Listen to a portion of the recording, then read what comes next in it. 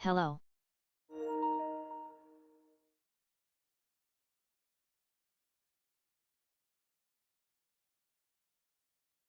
Hello.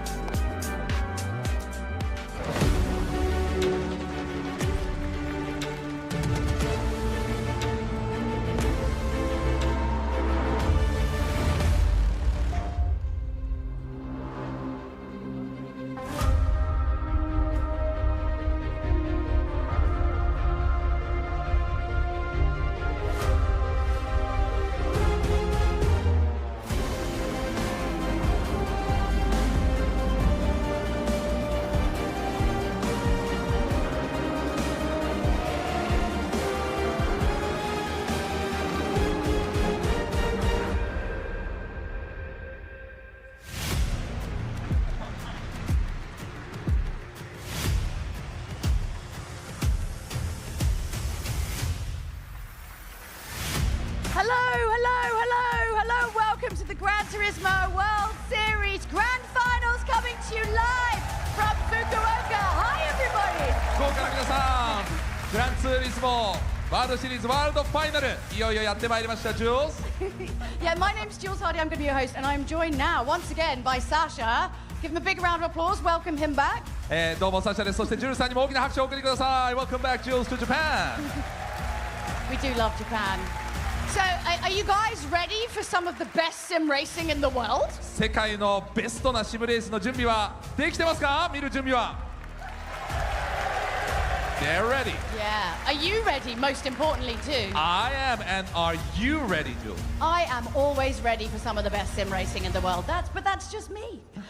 Okay, do you guys like free stuff? 無料なものは好きですか？無料なものは好きです。なんか無料でもらえるのは好きですか？ No, Yes? Maybe? Yes. No?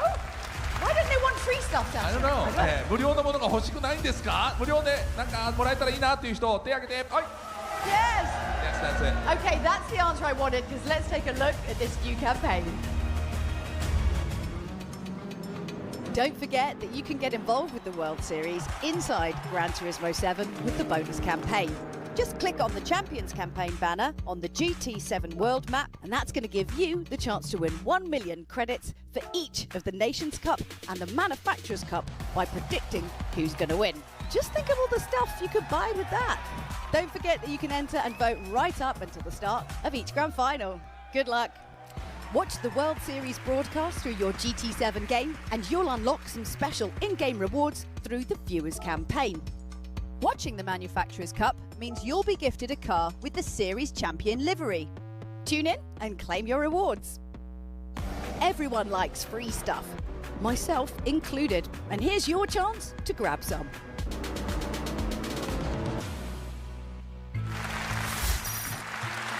Well, I know you've missed a little bit here and there, Sasha, Yeah. but Super ahead, but like only by a couple of points. Right, only 2 points for Mazda and BMW, right? Like, yeah, it's really not that far behind. And as you guys who are fans of Gran Turismo know, anything can happen because it's double points in the grand final. Right. 本当にね、1位とまだ2位の差が2ポイントということですけど、グランドファイナルはね、ポイントがダブルになるということで、何が起きてもおかしくないという状況で、この、最終のね、福岡を迎えたということになりますね。Yes, Jules? It's going to be super fun. I'm excited. I'm excited you're here for it. But if you missed anything and you wonder like how we got here, you should watch this. I want. Yeah, we'll give you a little bit of a season recap. Okay, ここまでのリキャップを見てみましょう。Ladies and gentlemen, this is what you've all been waiting for. It's time to meet the drivers for the Manufacturers' Cup for Gran Turismo World Series 1 here in London. Suzuki is not thinking about that right now. Miyazono looking to the inside. Will he ever go here? Plays him like a fiddle up into third place. Then going to be maximum points in Gran Turismo World Series 1 here in London for Team Subaru and for Takuma Miyazono, who win the grand final. Welcome to round 2 of the Gran Turismo World Series. Well, let's see what will happen as who will be taking the checkered flag and those all-important 6 points. Strumont Get aggressive, and Lever into the wall. Side by side they go. That's going to cost Strumont. Here we go then. Toronto splits the middle. Euro as well. The headlights illuminating the darkness as they blast their way down as they come into the final corners of this race. And are they going to make it? That goes through on the outside to the checkered flag. Kylian Drumont takes victory for Subaru here in Berlin. Absolutely fantastic. It's time to meet our 12 competitors as we welcome them onto the stage here in Los Angeles. Look at this, 3 wide for the lead. That's going to go wrong. Lanuza off into the gravel. Condor with the slipstream with the advantage. Carrazza's not going to give this one up though without a fight. Estrosza versus Carrazza. Porsche versus Toyota the victory. And Estrosza win. What a fantastic drive for the Chilean.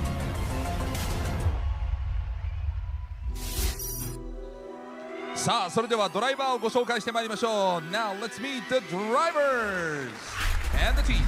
Start with Lamborghini. まずは Lamborghini. Yusuke Goto, Alf Altahea, and Simon Rosenberger.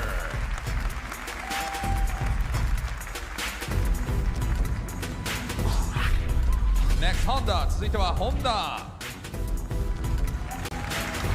Yosuke Tsujimura, Valerio Gallo, and Trent Jeffrey.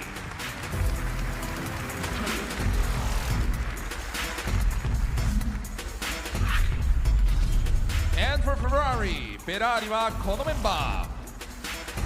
Jun Hashima, Joao Jesus, Donovan Parker.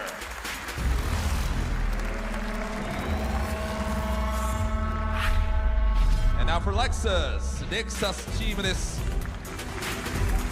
Kanata Kawakami, Giorgio Mangano, and Harold Wilson.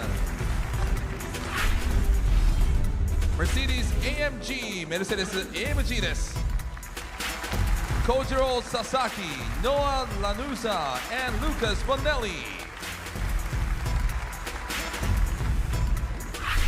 続いてはマクラーレン、McLaren. Hideo Yamamoto, Jay Murphy, and Arthur Mosso.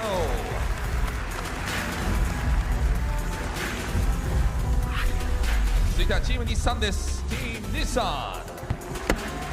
Hiroshi Okamoto, Milokai Sejak, and Celso Filho. And Team Toyota, Team Toyota の登場。Kenta Morimoto, Kai De Bruyne, and Adriano Carrasa. Next up, Porsche チームです。Shota Sato, Jose Inostraza, and Jose Serrano and Angel Inostraza. BMW, Seiya Suzuki, Thomas Labutelli, and Randall Haywood.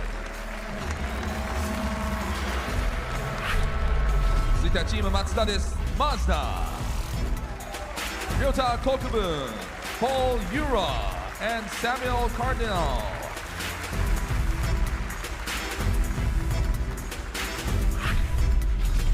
Team Subaru, Team Subaru, Takuma Miyazono, Killian Vermont, and Daniel Solis.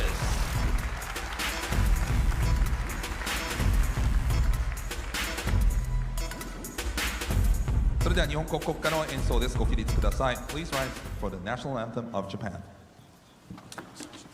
Yeah. Just as an effort. Just...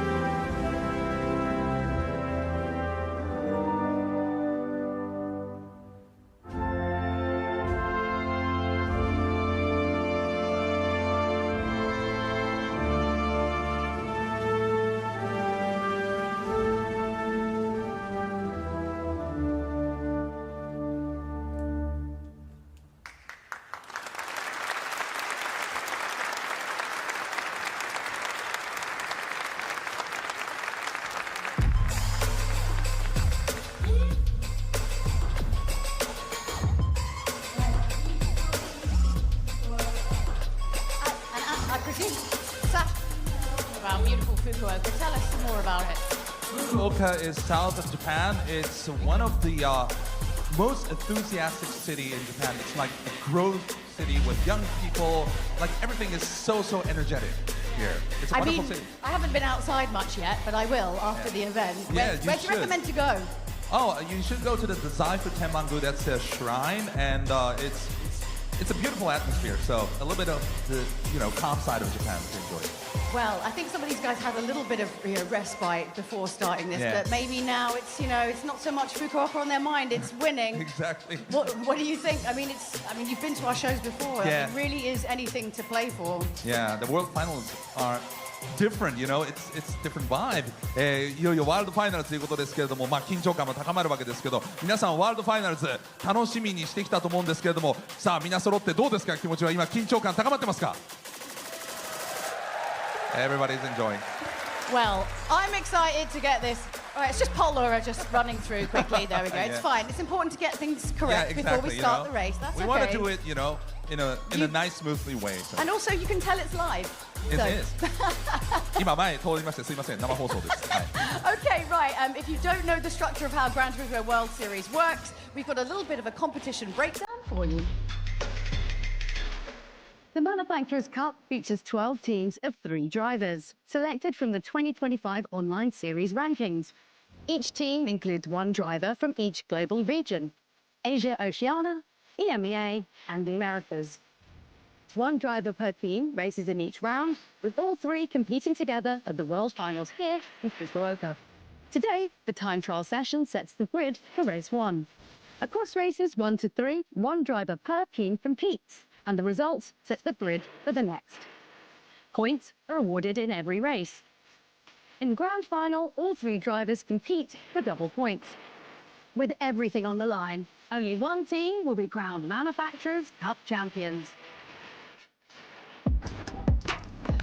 So I'm down here on the stage with the team in the lead Team Subaru. Hello, guys. So first of all, Killian, how are you feeling? You got to the grand final. What's going on? Yeah, I'm feeling pretty confident. So I'm really excited to racing and to see other guys and racing with other people now. So let's see what's happening. はい、キリアンはね、もう本当に自信持って、戦いたいというふうに言っていますけど、宮園選手はどうですか、この最終いよいよファイナルですけど。はい、しっかり練習してきたんですけど、もうすっごく緊張してて、今すぐトイレに行きたいな。He's so nervous. He wants to go to the toilet. Spoiler Why lore. are you nervous? なんで緊張してるんですか？いや、He is so no. 今回2人の調子がすごいいいので、優 Both are 勝、狙えるかなと思っているので、すごいなんていうか可能性があると分かっているからこそ緊張してます。They both are so good, so we have a chance to win. So that's the reason I'm really nervous, especially nervous. No LOL. And Danny, when we talked to you last time in Los Angeles, you weren't feeling like, you weren't quite in the moment there, but I talked to you again and you're feeling a lot more confident. Talk a bit about why you're feeling a bit more confident this time. I got some good practice for this event compared to other ones, so now I feel really good, but also, same boat as him, I'm very nervous because we're chasing a win. I think we can do it. So this is the most nervous I think I've ever been. Would it help if I got the crowd to chant your name again? It could. Should we give a little, go on. Okay. Danny! Danny! Danny! Danny! Danny! Danny! Danny! Danny! Danny! Danny! Danny! Danny! 福岡も応援してくれています。Thank you so much. Now you have all of the, crowd behind you and helping you. Thank you. ハートマークいただきました。ありがとうございます。Well, I think it's time we put you out of your misery so you can get racing, have fun, drive safe, and let's get this underway. Over to you, Tom and Jimmy. Yeah. Thank you very much indeed, Jules. Yeah, welcome along to the GT desk for the first time. Great to be here in Fukuoka for the Gran Turismo World Finals in the Manufacturers' Cup. Tight at the top, JB, isn't it? Double points on offer for the Grand Final, but 4 races here tonight. It's going to be a busy one. They're going to be absolutely knackered by the end of it. Yeah, I mean, of course, it took my Daniel Solis there. We ruined that performance at LA because that basically made it all the closer. It's basically just whoever wins overall here. So here's a reminder of the team and driver line. We just heard from Subaru there on stage. Of course, Team Mazda as well. Very, very strong showing of Pol Uricardinal and Kokubin there. BMW also in the mix as well. A bit lower down the order as well, with the likes of McLaren, Toyota, Nissan. Anyone there jump out here for the outside chance this one, Tom? Well, you can't discount Nissan. Previous champions, obviously Toyota have got good pace. Porsche, I think, are the sort of dark horse for me. They're in 4th in the standings. Not quite as consistent results over the course of the season, but last time out, they were absolutely unstoppable, weren't they? And if they can continue that momentum here tonight, I dare say they are the ones to watch. And I spoke to Angel Nestroza, one of their drivers, the other day. He's going in all guns blazing for this. It's not often Angel's fired up, is it? But to see him really focused is very special indeed. Here is your points rankings as it is at the moment. Look how tight it is. Top 4 teams there within 3 points of each other. Toyota and Nissan also close as well. Ferrari, Honda and Lamborghini, no points as of yet. A very, very outside chance for them, but never say never. Absolutely. Well, let's have a look then, shall we, at the track details. As we said, one of 4 races coming along the way here tonight. Group 3 cars, Yas Marina circuit. This is qualifying. So a 1-lap time attack, of course, a brand new circuit now in GT7 as part of the Spec 3 update that was released earlier on this month. Jimmy, it's a technical circuit, this one, especially that final sector. Yeah, it's a strange one, this, because the first and last sector, obviously you've got some very high-speed corners there. People say it's broken up by this huge straight. Now, we had qualifying a bit earlier on today. Here on board with Team Porsche, sort of in the dying of moments here. We didn't really know what to expect for who was set the early pace, but it was Nissan and Sejak very quick initially. But then Porsche would come across the line and go even better, only jittering Nissan by 0.03 of a second. Yeah, this is Pol Ura, as you can see, coming through.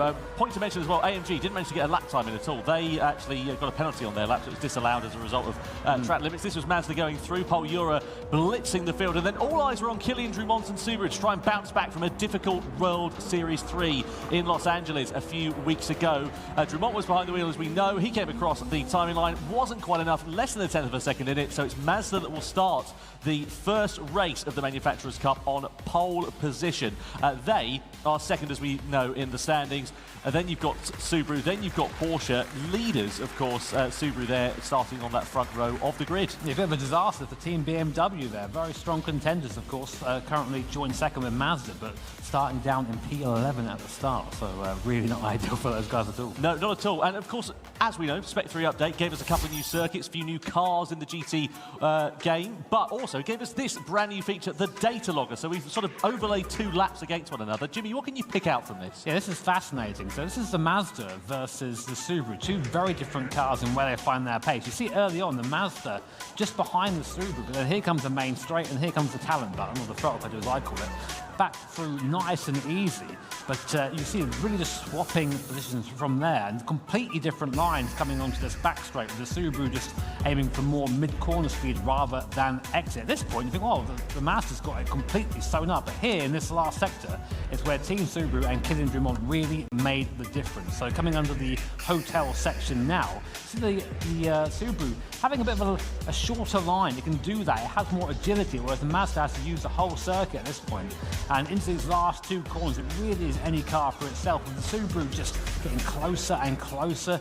And then we watched this a bit earlier on, and I was convinced, oh, this is it, Drummond's got it here, but no, not quite fast enough. And the Mazda just picking him out by 900ths of a second. But awesome to have that on screen there and visualising that way using our data logger. Yeah, just the finest of margins here in the GT World Series. As ever, Manufacturers' Cup Race 1 is along the way. Don't forget about scanning the QR code on the bottom right-hand corner of your screen. Tell us who you think is going to be challenging for victory here tonight, because I tell you what, it is going to be a very, very close affair, and it's just so difficult to work out what's going to happen. 3 normal races, quote-unquote, with 3 of the different drivers. Then they all come together for that grand final. Yeah, I would say normal. Here's race 1. It's Daytona. You ever seen Group 3 cars go around Daytona? Well, no, here it is, right here. So 10 laps of the Daytona Oval Circuit. And you know the most important thing about this is we had chat with the stewards, and like we have allowed bump drafting for this one. Usually, if you're aware, of course, of these GT World Series events, bump drafting is outlawed. Not here. So it's going to be a close race, this one. Yeah, you were like the cat that got the cream when you found out the bump drafting was allowed. Proper. Yeah, it's going to be interesting, this, because you can see the starting grid. So who's decided to drive in this first race? You see Danny Solis, the American driver there for Subaru. Samuel Cardinal will be heading Mazda's charge from pole position. Sato for Porsche there as well. Philo for Nissan, and so on and so forth. I'll tell you what, though, opportunity does knock here for some of the teams and drivers that maybe didn't go so well in qualifying, because even though you might be starting down the grid, of course, there's a massive slipstream effect at this circuit, so it's an opportunity to make progress where you may not have been able to otherwise. Yeah, for sure. One of those teams, of course, Team Ferrari, who have been gifted with a brand new car for this last race of the year. Last race is a 296 GT3, of course, again, also new to Gran Turismo in the spec-free update. A welcome update, I think, for the Ferrari guys. They've been driving that 458 for a little bit, so of course, they're shot in the Dunlop tyres. You driven this thing yet, Tom? I have, actually. I drove it at Yas Marina, obviously on Gran Turismo 7, not in the real world. I haven't got the bank balance for that. But yeah, brilliant car. Really excited to see what they're going to be able to do. Anyway, let's go down to Jules and Sasha ahead of race 1. It is now nearly the time for the first race of the grand final for the Manufacturers' Cup for the Gran Turismo World Series 2025. Are you ready? I am ready. さあ皆さん、いよいよレース1の準備ですけど、さあ始まりますけど、盛り上がっていけますか？どうですか？ All right, everybody's ready for the race 1. I think they're very ready. Let's see it.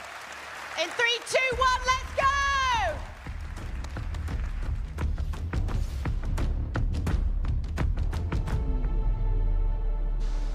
So then, race 1 for the Gran Turismo World Series. Let's see how this one is going to work out then.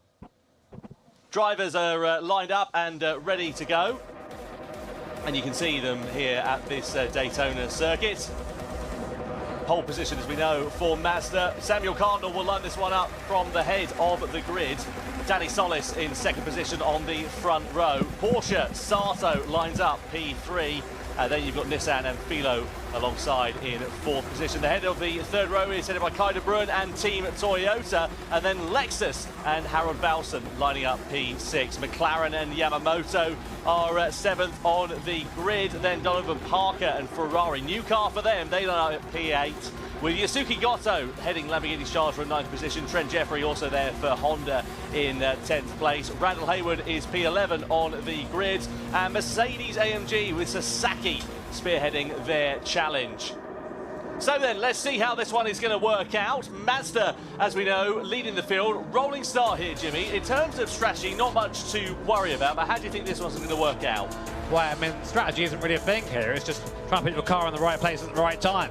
This is a completely different type of race for the guys involved in this, and a lot of people are unfamiliar with the intricacies of oval racing. So I'm interested to see who will rise to that challenge and maybe who will falter. Absolutely.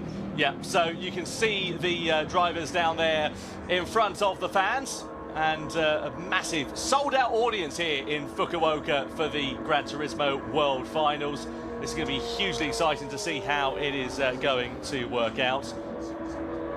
So, let's see how this one goes then as we get ready to go racing Daytona Speedway here for Group 3 cars for the Manufacturers' Cup. Race 1 is about to go green. Mazda will lead the field across the line as we get the Manufacturers' Cup underway for the 2025 Gran Turismo World Series World Finals in Fukuoka. Mazda from Subaru, from Porsche, in towards the first corner. And of course, Mazda are punching the hole in the air for everybody else. Subaru there, you can see in the background already getting into the back of the Mazda as we come through the first corner. Here's Toyota, there's their view. They're all taking a low line through into turn 1. Now they're going to dart out of the slipstream on this long back straight. And let's see how this one is going to work out. So Kai de Bruin, we're on board with him in the slipstream here. 5th position for him so far as we come through in towards the second part of this circuit. Is there going to be any difference in terms of the change of positions? Well, at the sharp end of the field, it's nose to tail. You can see it's like a massive long snake as they break their way through, and Nissan get tagged. They get spun around by the end of the first lap. So Nissan from the top 5 positions are now right at the back of the field with a lot of work to do. And that's huge because you're not going to catch up from here. There's no way you can catch this pack when they're all in a train like this. So we'll go back on board with Team Mazda looking over the rear spoiler there. Subaru and Porsche just kind of pushing each other along. I'm interested to see if we're going to see any other groups try and form a second lane here, because right now at the bottom everyone's just sitting there hugging that yellow line. Very important to say you cannot cross that yellow line or it's an automatic penalty. Subaru there trying to push Team Mazda along.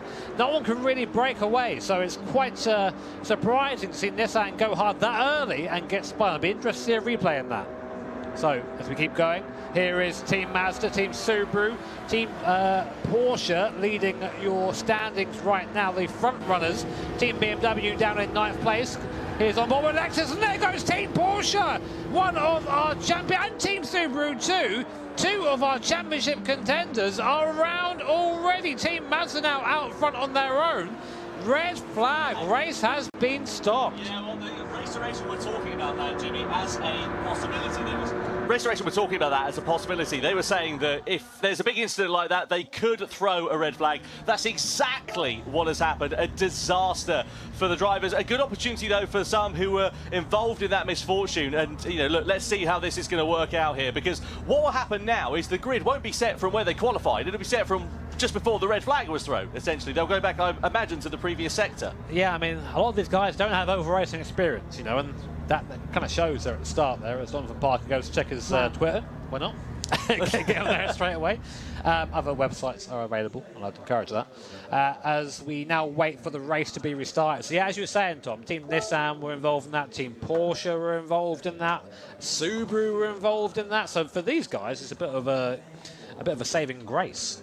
Yeah, absolutely. This is an opportunity for them to just sort of sit there and work out, you know, what their strategy is from this point on. You know, it's always difficult when you get a red flag situation like this, and you know, particularly difficult as well in the early stage of that race. No real chance for it to unfold, work out sort of who the outliers are, who's got the pace, who's got the potential. And you know, someone who will know a thing or two was Mick Azal. We just saw him there on the left-hand side of the screen, former champion, of course, now very much involved with the GT World Series in another capacity. And I imagine he'll be giving you a few tips and tricks of the trade. Tips: don't crash, especially at Daytona, because. Guys, it's a circle. It's flat out. You can do it. But there's Danny Solis there. Interestingly, I thought maybe some of the American drivers have a bit of an advantage here, because these guys, you know, over racing much more prevalent in the US than it is pretty much anywhere else in the world. But awesome to have our live audience here as well, being treated to the first red flag of the day. There is Randall Hayward, Hollywood Hayward, as referred to as Jordan Greer, the GT Planet boss man. So, still watching, still waiting for our race to be reset. And, you know, I've taken part in a few oval races myself in Sim, it's very tricky, trickier than it looks. It's all about trying to, it's a high-speed game of chess, basically. You're just trying to put the car in the right place at the right time and try and find someone to work with to push to the front of the field. And I do wonder if these guys maybe discuss that a bit at the front of the race. Some of the teams thinking, you know what, hey, listen, we're a bit further down the field, let's work together and try and push through and get to the top for race one. Well, it hasn't worked for some of them, has it? Because they've ended up facing the wrong way. Yeah, Team Nissan pulling the handbrake there. We advise against that. Yeah, it's generally frowned upon. Obviously, Team Subaru caught up in strife there as well. You know, they were into bother, and I wonder how this is going to play out for them from this point on. We need to work out what the starting order is going to be after this, because we're going to go back to a previous sector. You know, will they be able to line up in sort of 4th or 5th place or wherever they were, or will they be right at the very back of the field? They're at the back of the field. I mean, it's not an absolute disaster, but it's not ideal, is it? So what? I mean, what, red flag? So why did they end up throwing a red flag there, Tom? Because So essentially, race direction had a conversation. Because it's an oval race, there's a lot of instances, there's a chance for things to go wrong, exactly like we've had there. They said that if there's a big pile-up, if you're racing at Daytona in NASCAR or IndyCar or whatever it might happen to be, like it is, if you've got an incident like that, big wreck, you'd end up with a red flag. So they're doing it exactly the same in real life, and a chance to go again, chance for the drivers to just calm down a bit, and by their time. We haven't had many oval races in the GT World Series. Last time we did, I believe, was 2019. Long time ago, and remember how that went.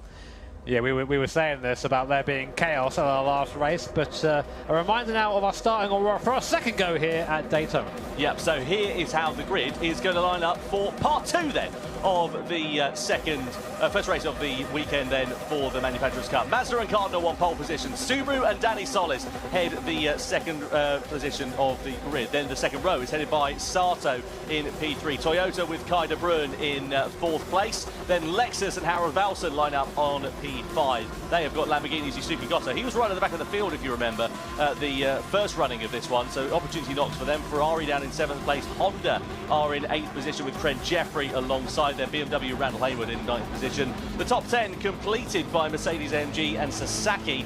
Then you have got McLaren with Yamamoto. Let's see what progress they can make. Nissan down there, though, in 12th. Philo with a lot of work to do, considering that they were originally starting in 4th place. It has not gone well so far for Nissan. They were involved in that big crash that we saw, which brought out the red flag ultimately. So now down to 6 laps of action then, and let's see how this one is going to work out. Originally it was a 10-lap race distance, now down to 6, so slightly reduced race distance. I'm sure opportunity knocks for some of the teams and some of the drivers, but it is going to be very interesting to see how this one is going to work out. And also for Subaru there, they can thank their lucky stars really, because it did not work out at all. No, I mean, like I said, getting sort of shunted to the back of the pack there is not ideal. But another go ahead now as we roll around, rolling start as we come to the start-finish line. 6 laps at the Daytona Oval Circuit. High speeds, high risks here in the first race of the grand final of the Manufacturers' Cup. Will Team Mazda leave from the get-go? Will Team Subaru manage to not spin around this time? Let's find out. Absolutely. There we go then. The restart is about to get underway for the first race of the Manufacturers' Cup for the 2025 GT World Finals. Mazda across the line first, with Subaru and Porsche slotting in behind in 2nd and 3rd place then, respectively. We come through and in towards the first turn. Now, we saw a lot of drivers going for the low line through the first time. They're already starting to bump draft through the first corner, and that's the problem when you get bump drafting in a situation like that through a corner. You can turn these cars around with almost your little finger, because they're just on the ragged edge of adhesion. Now down the back straight. Now we'll see how effective this slipstream is proven to be. You can see Subaru and Mazda working together here, bumping one another as we come down this back straight. Is anybody going to pull out of the slipstream, go for a higher line in towards this left-hander? No opportunity moving there for Toyota. They go towards the sort of middle line of it, but you can see them moving around constantly at this point of the corner. Yeah, it's hard than it looks, and this is where the drivers could very easily tense up and just make those little mistakes. But it's very, very important to try and stay in your line and keep things consistent. The moment you sort of duck out, you have to hope someone goes with you, otherwise you're left there. And there goes Team Ferrari using the side draft. And do they have help there on the outside? We can't see it at the moment. They do have hope. Team BMW there going to the high side, trying to push and maybe form that second lane. They've got no other choice, BMW. There's no other way they're going to get through otherwise. So points to the top 6, just to remind you, in this race. And in terms of the points as well, you get 6 points for the victory, all the way down to 1 point for 6th position. Now Ferrari, they're going for that higher line on the outside. They've got Lamborghini on the low side then here as we come down this back straight over the timing line. And let's see how it's going to work out then. So we begin lap 3. Mazda it is that leads. Subaru are in second place. Then you've got Porsche in third position, followed by Toyota, followed by Lexus.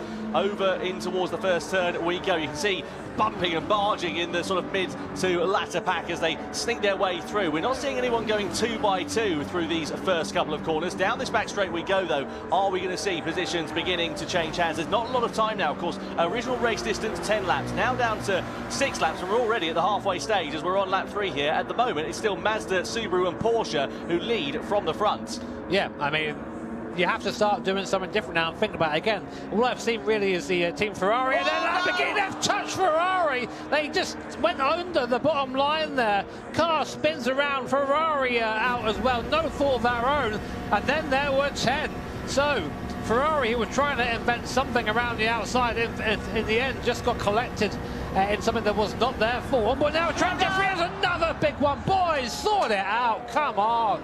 Not good at all there for Trent Jeffrey. He's going to be bitterly disappointed for that, as will the entire Honda team. We're 2 by 2 in the background. Now we're starting to see the action taking place. But is it enough for Mazda and Subaru? Have they broken away into a lead? Not really, because it closes up at the end of the back straight. So we come through in towards the final turn on this Daytona Oval. Now we're going to start to see Subaru beginning to pull some punches. The problem with that Subaru is it's very quick in technical corners, on technical circuits. In a straight line, not necessarily so. So they have to sit in the slipstream here at this point and hope for a bump drop there for Porsche. Across the line we go. Penultimate lap now begins. It's still Mazda that leads, Subaru in second, Porsche in third, points down to 6th once again. Just to remind you, at the moment it's Nissan who'll be the final point scorers. Is anyone going to take a risk here? I mean, we've seen what's happened to Ferrari, Lamborghini and Honda. You take a risk, you get shunted. So, I mean, there's nothing you can do. They're all one a turn right now.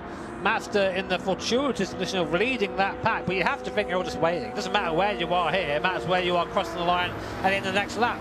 Right now, Mazda will be the victors, but I've got a feeling it's going to get a little bit more spicy before we get into this race. Yeah, you get the sense that this is going to start to bubble up. What a disappointment, though, for Lamborghini and for Ferrari, especially for Ferrari, that brand new 296 car that they are competing with here this weekend. Let's hope that their second and third races, respectively, go quite well. We begin at the final lap of action, though, at the Daytona Tri-Oval. So, Mazda from Subaru, from Porsche, as we come down in towards the first turn for the final time. Don't think anybody's going to think about a higher line through there, but they're certainly bumping one another going through and all sticking to quite a low line. But look at Porsche, they're coming to pressure from Toyota, and I wonder if the door is starting to open for Toyota there and whether they're going to try and pick their pocket for that final podium place to pick up more points. Down the back straight we go for one final time. Someone's got to try something here. BMW been giving a penalty for colliding. It's bump drafting, is it not? I mean, we'll see if we get a replay of that later on, but it doesn't matter now. Final lap. Unless it was the incident with Honda that we saw a couple of laps ago, maybe. Through the final corner we go, though. So Mazda it is that lead from Subaru, from Porsche. We'd run to the line in race 1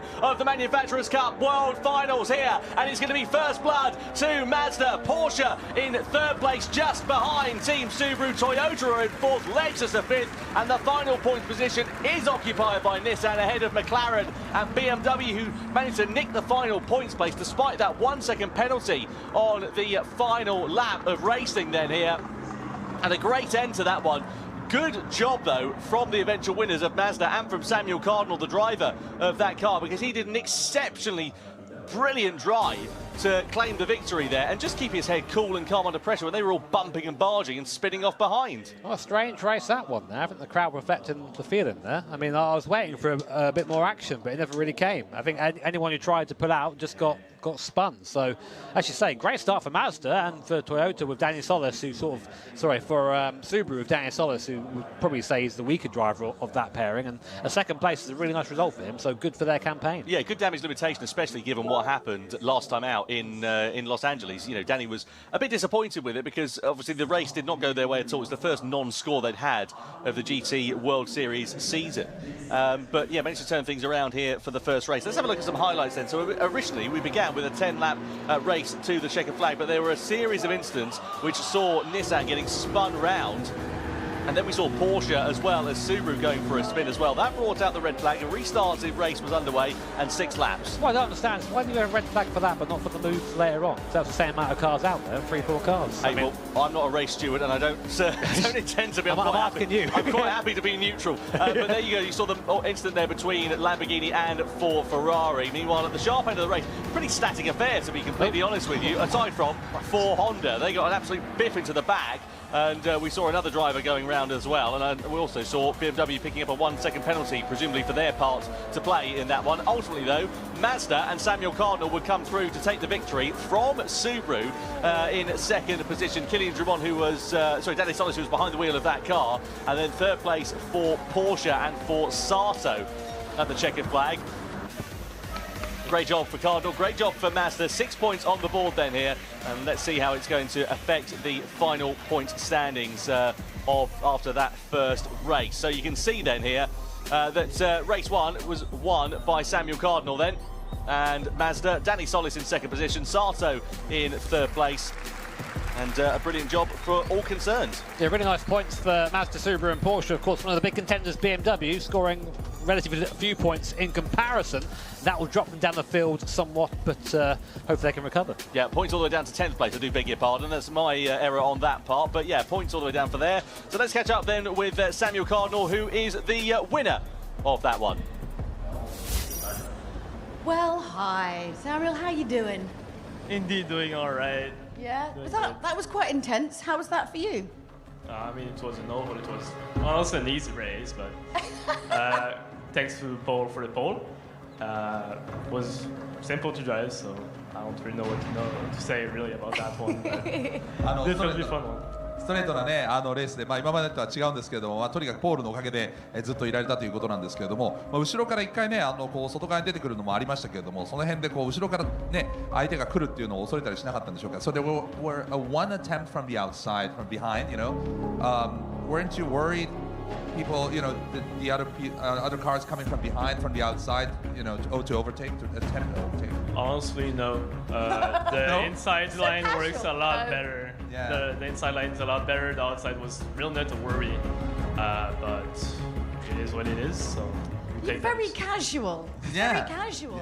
本当落ち着いてますけど、いや全然大丈夫。外側の方が大変なんで内側にいれば大丈夫だと思いますって言ってますけどね。He's so down to earth. Yeah, very down to earth. So, any advice for Paul? What are you gonna just keep the position? Yeah, keep the position and don't crash. It's gonna be all right. I think we are in a real decent position for the title, so we take those indeed.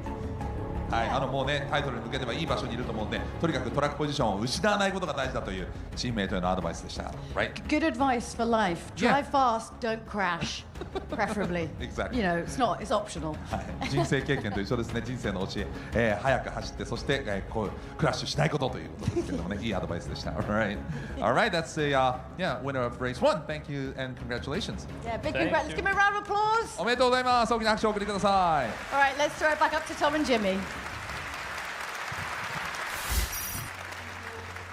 Sasha there as well. So let's have a look at the World Series points rankings then. So points down to 10th place in that race, and of course more points on offer here as well. So you can see there Mazda taking the spoils. They now lead the standings from Subaru in second position. Well, they're tied on points there at the top as well, as you can see. Porsche now up into third place at the expense of Toyota as well. So it's getting pretty frantic there in the certainly the first half of the table. Yeah, look how brutal that was for BMW too. They were tied with points at Subaru start of this, and now they're down in 5th, 9 points behind. But still 2 or 3 more races, I should say, including the Grand Final, yet to go. So still all to play for, but definitely a blow for the German brand. Yeah, and of course that Grand Final is double points, as we know, so plenty on offer for the drivers and for the teams. But at the moment, it's advantage to Team Mazda. Subaru, as we say, still very much there in second position, and Porsche slowly starting to creep up with that third place finish, now getting themselves ahead of Toyota for that top 3 position. Keep an eye out for BMW, for Nissan as well. I have to say, quite impressed with Nissan's recovery in that race. Let's not forget, they were right at the very back of the field. They managed to part the seas, as it were, for Philo, and got himself up into 6th place at the end of that one. You can see Samuel Cardinal celebrating at the end of that. He knows that his hard work at this first phase of the event is done. But there's still plenty of time for things to change. Race 2 is coming up. We are, of course, in Fukuoka, at the home of one of Polyphony Digital's 4 studios. And we had a chance to have a look around the studio yesterday, JB. What a wonderful place. That's a little treat. I tried to see if I can get hold of any goodies there, but the security's really good. I was tackled at the door. But no, amazing place to get an insight into what goes on behind the scenes here, of course, at GT. But yeah, I think our competitors enjoyed it too. Absolutely, yeah. And at Race 2 as well, we know that's going to be a pretty interesting, pretty exciting affair. And of course, a different set of circumstances as well. I have to say, that first race that we had, I was expecting a bit more at the sharp end of this one. But now we move over to the Autopolis International Racing Course, of course, in Group 3 cars. But as you can see, intermediate and heavy wet tyres, 5 laps as well. So not a particularly long race, this one.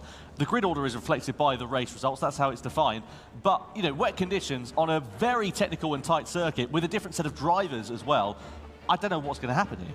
Yeah, for sure. I mean, we see here some drivers a bit best foot forward. A lot of cases here. Polyphony, Miyazono, Serrano involved here as well for the top 3 drivers.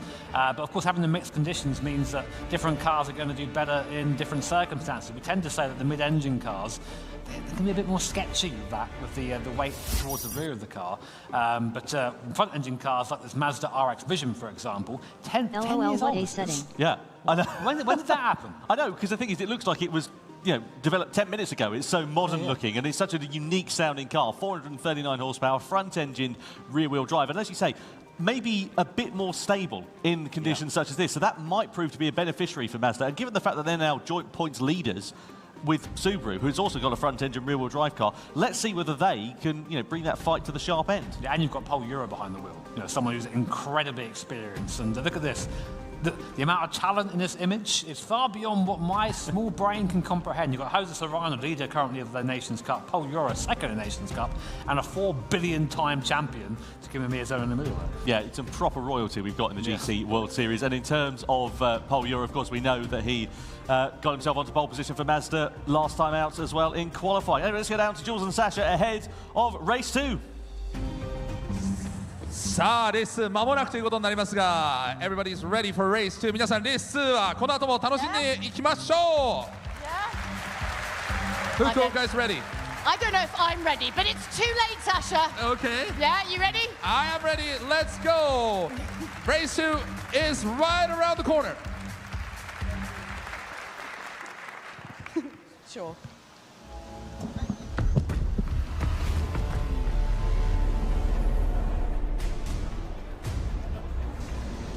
So then, over to the second race of the Manufacturers' Cup, Autopolis in the wet. And Mazda took first blood a few moments ago in the first race of the weekend. Can they convert that into a second win and extend the lead in the points championship? Well, it's Polyphony who will drive for them in this second race. Takuma Miyazono will be with Subaru on the front row of the grid. Then you've got Jose Serrano for Porsche in P3. Morimoto for Toyota lines up in 4th position ahead of Lexus and Kanase Kawakami in P5. Of course, former double champions. Then Nissan, also former Manufacturers' Cup champions, lining up P6. Arta Mosso is 7th on the grid, and BMW with Thomas Labutale lining up in P8. Mercedes-AMG and Lucas Bonelli lining up in 9th position, and P10 is Honda with Sugimura. 11th place Lamborghini and Alifa in that final row of the grid, with João Jesus for Ferrari. A lot of work for both Lamborghini and Ferrari to do, and not a lot of time to do it in here, Jimmy, because it's only a 5-lapper. Yeah, I mean, this is going to be tricky for the guys here, because they're going to have to try and experiment with grip levels with something they've not had the chance to do so yet. I mean, Autopolis is a tricky circuit.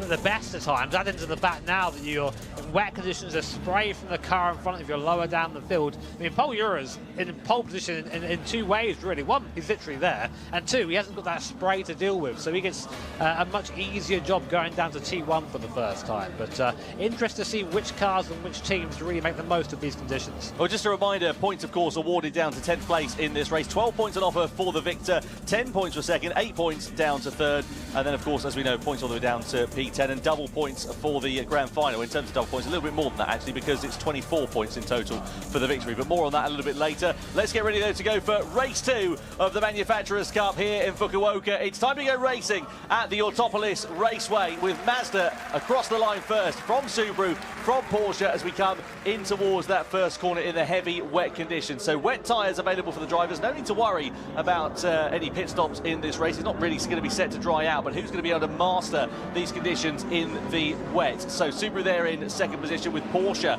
who are in P3. And are we going to see Porsche getting an early advantage here on Subaru? Well, it certainly looks like it. They're going for the outside line here, and they're going to go sweeping around the outside. Are they going to make that move stick? Absolutely brilliant there for Porsche and for Sato, getting the better of Subaru, and for Takuma Miyazono, who drops himself down into third place as we see Nissan versus Toyota for fourth place in the background as well. Yeah, Nissan, they're chucking the car in and knocking Toyota out of the way. So I'm not sure the stewards are going to enjoy that one, but a robust move there from the fourth place team. Currently on board with Takuma Miyazono, looking at the back of the Porsche, went around the outside of him there. It just goes to show that different lines work in these wet conditions. Driving on the rubbered up dry line is a good way to slide wide, so you've got to try and avoid that as Team Toyota making their way back by Nissan. McLaren in the background too, trying to wind their way through as the Nissan scrambles for traction and corner exit here. Treacherous conditions for these drivers, and that spray as well really makes things difficult.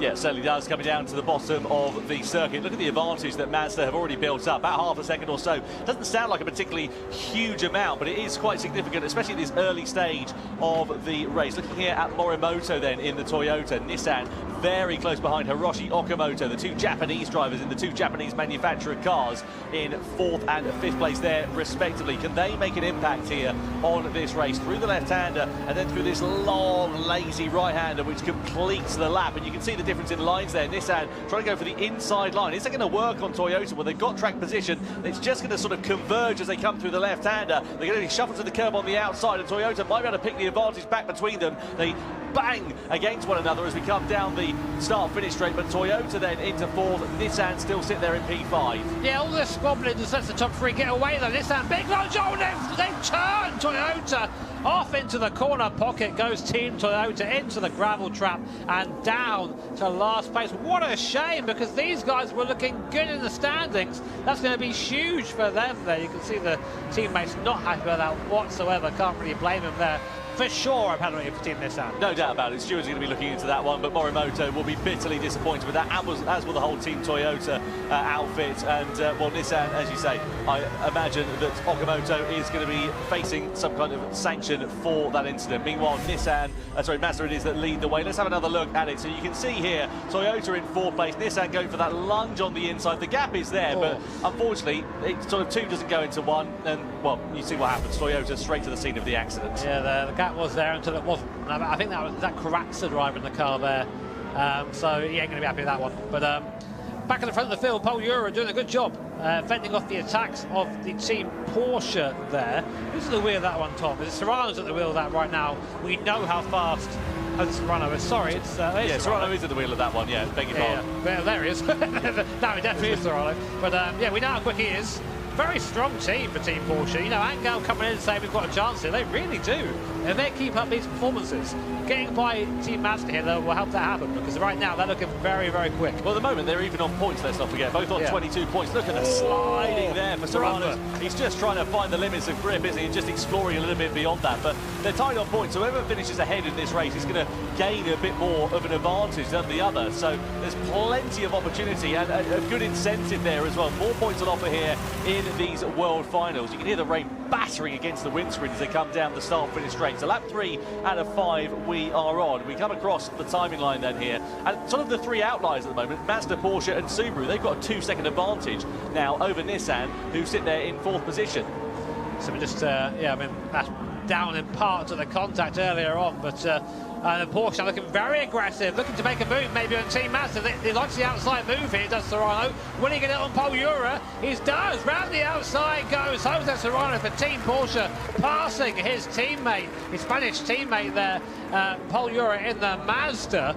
Man, these guys really are going at it, aren't they? And in the back there, Takuma Miyazono trying to follow his way through. These top three cars giving us a hell of a show. This circuit really does suit the Subaru there in third place as well. So let's keep an eye out and see what Miyazono is going to be able to do as they make their way through. And now the circuit begins to open up a little bit in this sort of mid-section of it. We flick through this right-hander, and this is a bit of an Achilles heel for Subaru. It's a very good car in technical parts of the track. On the longer straight, not so good because it didn't have the same straight line speed. This is Lexus versus Lamborghini down to the first corner. Oh, Mercedes and BMW, and Lamborghini just come careering into the side of them. So Lamborghini really suffering some misfortune in this race, and Gotto, the aggressor in that one, unfortunately, I think there's going to be more penalties coming their way. There's a lot of this going on. It's really hard to pick your braking zone down there. And unfortunately, if you're on the outside ahead of them, you kind of act as the brake. And of course, that'll be looked into by our stewards as well.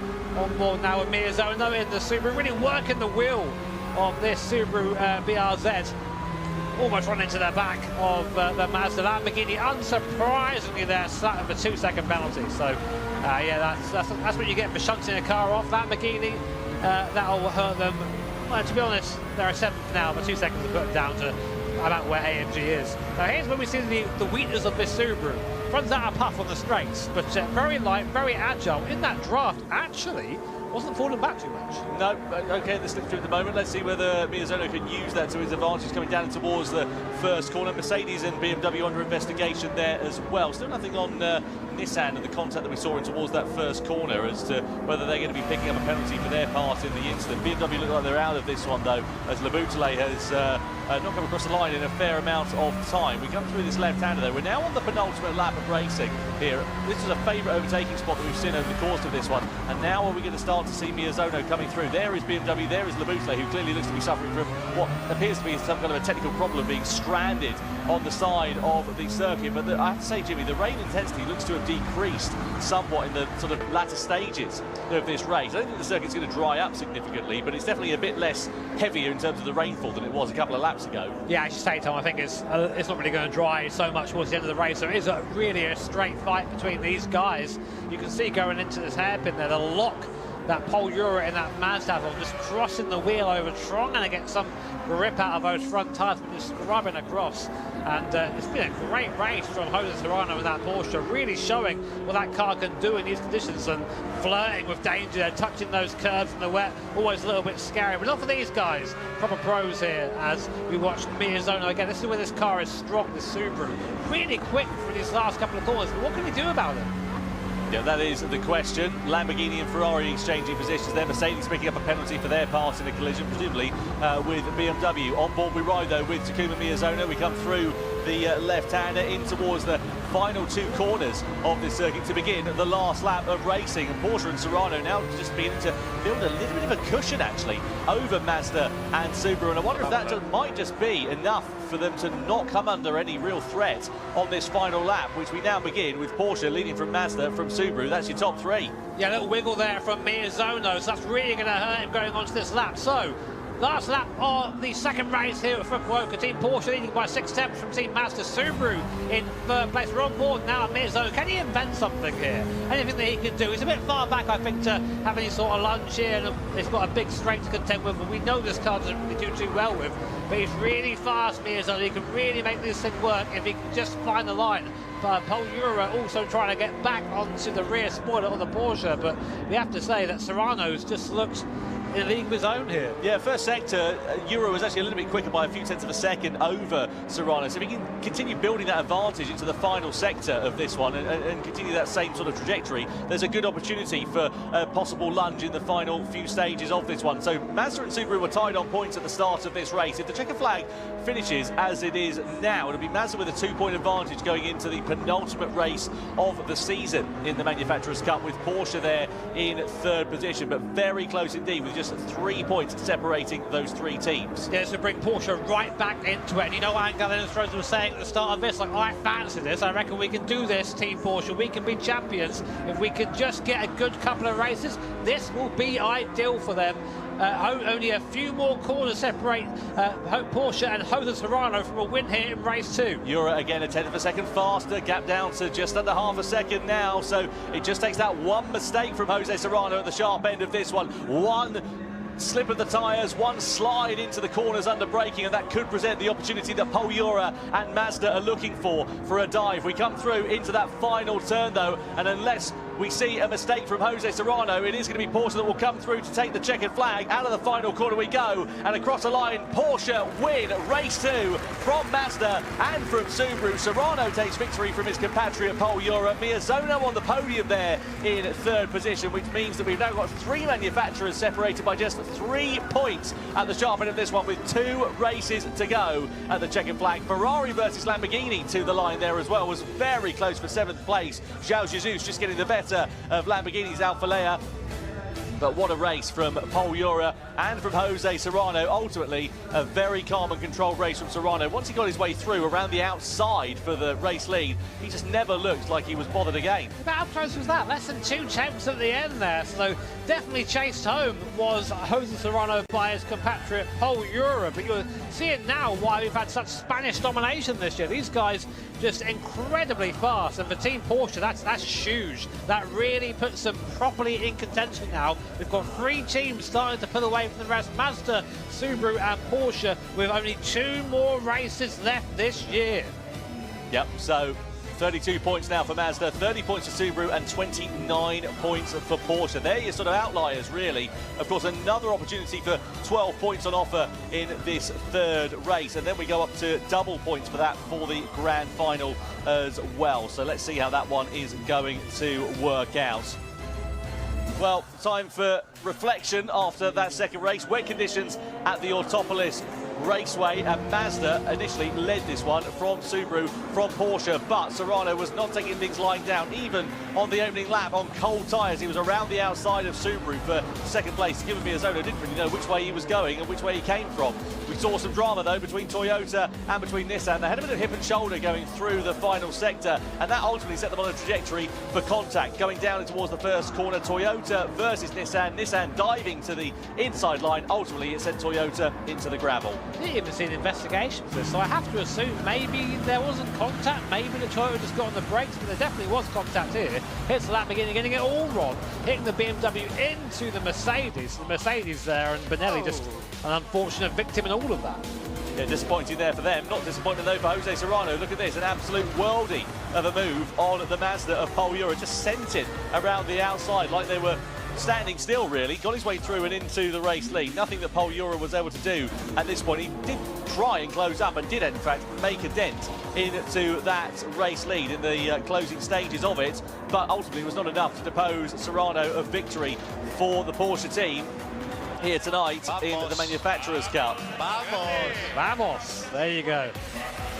Great job from Jose Serrano, good job from Pol Ura. 3 teams now separated by 3 points at the top end of the order. Let's just remind you of the results. So Porsche taking victory with Serrano ahead of Pol Ura's Mazda. Miyazono in third place ahead of a quiet race actually at the end for Okimoto. Not at the start of it, but at the end of it, not really much to mention for them in 4th position. Just ahead of Artemosso's McLaren and Kanata Kawakami in 6th place. Points, of course, all the way down to 10th place. 1 DNF in that one was Thomas Labousle, who failed to take the checkered flag. And that pretty much puts BMW out of it. You know, they were such a strong contender coming into this this round here at Fukuoka, but with that DNF, no points scored and a poor race won, that's probably them out of it.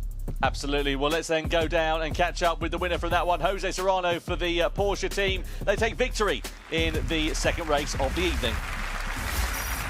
Yes, we are joined by race 2 winner Jose Serrano. Hi, how are you doing? You seem really casual about that. Everyone's very casual today, or maybe it's just all inside. I don't know. Well, well, みんな落ち着いてるね。まあねっていう感じですけども。Well, so yeah, I so happy with the win again, and yeah, so happy with you here in the interview. Oh. I'm not part of the prize, but thanks. 勝てて嬉しいのとね、インタビューされて嬉しいよって言われて、いや商品の一つでは私はないんだけれどもねって言ってますけども、ね、オーバーテイクがすごかったんですけど、雨の中のオーバーテイクリスクもあったと思うんですが、so there was a lot of risk, you know, overtaking in the rain, but you went there. Yeah, you managed to do it. I don't know how I could, but I like the rain a lot, so I was very confident with the rain and also with the Porsche, so it's a perfect combo for me. So happy. 雨は実はねすごく自信があって好きなんですね。雨のレースも好きだし、ポルシェも好きなのですごく自信があったんですよという。A very confident and calm man. Yes. So I actually have a question, which is when it's you and Pol, like, is there a certain amount of you that is like a little bit less aggressive because it's Pol? I think so. Like, you know, like you'd maybe be riskier with someone else. Well, I risk with all drivers, but with Paul is a little bit less. A little bit less. He was doing you a favor, but still overtook you. He wasn't even trying. ポールにいる時ってやっぱりちょっと落ち着いてるのっていうふうに言ったら、まあリスクをそれほど取らなくていいんでね、前後ろにいるよりはポールの方がちょっとリスクがないかなっていうふうに言ってますけどね。Right. Well, look, we'll let you go and have a sit down. Congratulations. Please give a big round of applause for Jose Serrano. 大きな拍手をお送りください。ホセ・セラーノ選手です。Yeah, back up to you, Tom and Julie. Yeah, thank you very much indeed there, Jules. Thanks to Sasha as well. Interesting, the two Spaniards are working together a little bit, maybe? Collusion! In my esports event? How dare they? No, it's, yeah, of course, you know, these guys work together, so they're definitely going to race differently. Here are your standings then, and a reminder, of course, look how tight it is at the top. 3 points separating our top 3 teams with double points. That's basically nothing. No. But Nissan are there, look. There's a chance still, Tom. There is a chance. I mean, what, you got 12 points on offer for the victory, points down to 10th place, double points on offer for the grand final. It's still all to play for here. Anything can happen in the GT World Series, and to be honest, usually does. I will say one thing though, and I know I don't want to count this too soon, but we've never had a non-Japanese winner of the Manufacturers' Cup in the entire time that we've been doing this, believe it or not. Could Porsche be the first one to take that mantle here tonight? Yeah, no pressure, Porsche, if you heard that, by the way. Zero pressure, but of course the home crowd there, I'm sure, rooting for Team Mazda, Team Subaru, and any other of our Japanese brands here today. Yeah, absolutely. You can see for BMW, difficult time though for them really. You know, first race didn't particularly get off to a brilliant start, and you're like, okay, well, you know, maybe it could get a little bit better. Race 2, disaster. Again, 3 events worth of points. They came into this event second, and all it took was 2 races here in the finals. And I say they're out of it. I mean, they are still there. It is still mathematically possible for them to win, but that's really not going to help them there at all, being down 7th now. Yeah, no doubt about it. Well, anyway, let's go down to Jules and Sasha once again and catch up with former GT champion and also Super Formula race winner, Igor Fraga. Well, yes. Hello, everybody. You having fun? Yeah, good time? Love that.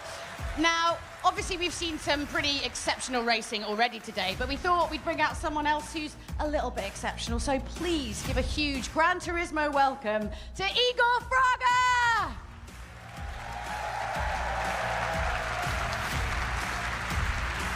Hi.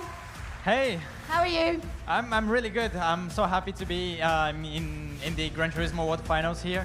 I mean, I've been racing here for 6 years or more. Yeah. So yeah, even if I'm not competing here, it's always a pleasure to be in these events. But you're in an extra good mood at the moment, and why is that? Yeah, of course. I mean, the last round of the Super Formula event was able to achieve my very first victory there, being in the rookie season as well. So yeah, I'm super happy to be able to come here like that. I mean, it's really impressive. You must be so happy. But I want to say, you might have to translate a little bit this bit. But do you remember maybe February of March this year? I made a bet with you. Yeah, with Ayrton Senna jumper, right? Yeah. If you can explain. Yeah, so まあジュリアさんと駆けしたんですけど、僕が優勝したらアイルトン・セナのジャンパーを僕がもらえるっていう、はい。それで It's my favorite jumper, and I bet him if he got a podium in Super Formula that I would give it to him. 本当は表彰台でもらえるっていうところだったんですけど、茂木の第3戦でもう達成しちゃってなんかつまんないなみたいなことを言ってましたね。But like a month later, he gets a podium, and I'm like, what? My favorite jumper. Yes, but yeah, I'm super happy. I think that the season also went really well. I think. No, you can stop talking about Super Formula because you know what? we've got the jumper. That's way more important. Oh, thank you. This, you have to show them the greatest jumper in the world. Just take it off. Here we go. This is my favorite jumper. I'm very sad. Here we go. I'll take it. It is the best jumper in the world. Turn it around. Turn it around.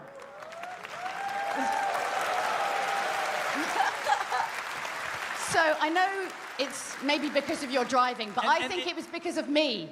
You and won. And even went to the McLaren, right? With the proper car. This has been aura farmed by being laid over Ayrton Senna's Formula One car for you. So this is full of manner.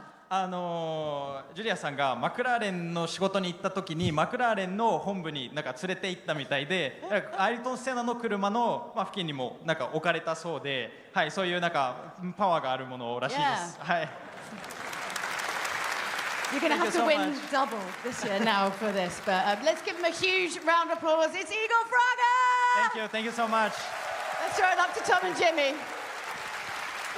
Yeah, thank you very much, Jules. Thanks to Igor Fraga. What a lovely, wholesome moment that is. I'm going to do the same by, I don't know, put my GT shirt over a Dacia Sandero for you or something like that. See if that's aura farming in the same way. This is a punishment.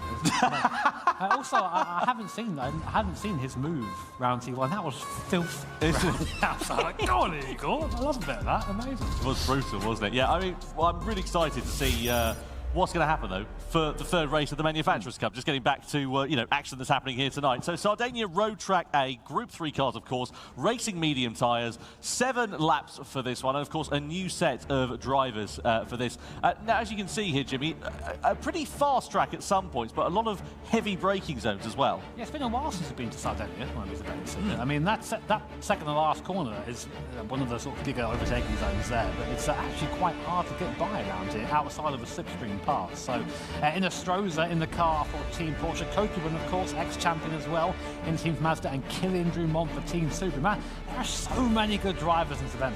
My hot pick for this one, Mikołaj Sejak in the Nissan. Yeah. He has been really quick when we've seen him in the GT World Series up until now. And he just seems to have something about him. If he's going to be the disruptor in that one, I would not be surprised. Yeah, he seems to be on the up, doesn't he? Like, I mean, every time we see him, he's just a little bit quicker, and he really has the handling of that GTR. So definitely one to watch. And again, Nissan, currently 4th in the standings, one to watch for sure. Absolutely. There may be a few points behind. Anything can happen, and it can change very quickly. Here's a look at the Toyota GR Supra Racing concept. You can see a car that would be competing in the real world if it actually existed, but it doesn't exist in the real world. It does here, though, in the world of Gran Turismo. What a car this is. We absolutely love it. The drivers love it, and it has been a very quick car, and of course a former champion car in the Manufacturers' Cup. Yeah, twice. So it's very, very quick in 2019 and 2021. You can see by the stickers on the side of the car there as well. Shame we didn't make this in real life, to be honest. I would love to have seen that lapping around the Nürburgring, but probably better for me if we didn't. Here are 3 of, I guess, our star drivers here. Our top 3 teams, aren't they? Yeah, I mean, Angel's been around for a very long time. Of course, very quick driver, winner in LA for Team Porsche. Kokuben, the first event, I think it was in Tokyo in 2018. He won that a long, long time ago now, I'm getting old. And Kilian Drumont, very, very fast Frenchman. Yeah, no doubt about it. And in Stroza, he actually won in Tokyo in 2019 for Porsche, if you remember that one as well. Porsche. Long time ago, that there as well. So, yeah, very excited to see what's going to happen here as we get ready to go racing. The third race of the evening is about to get underway for the Manufacturers' Cup. Yes, before we get into the race, we've spotted the cutest thing ever. Exactly. とっても可愛い人たち見つけました。こんにちは。楽しんでますか？はい。楽しんでますか？はい。楽しんでますか？はい。楽しんでますか？ Are you ready? Yay!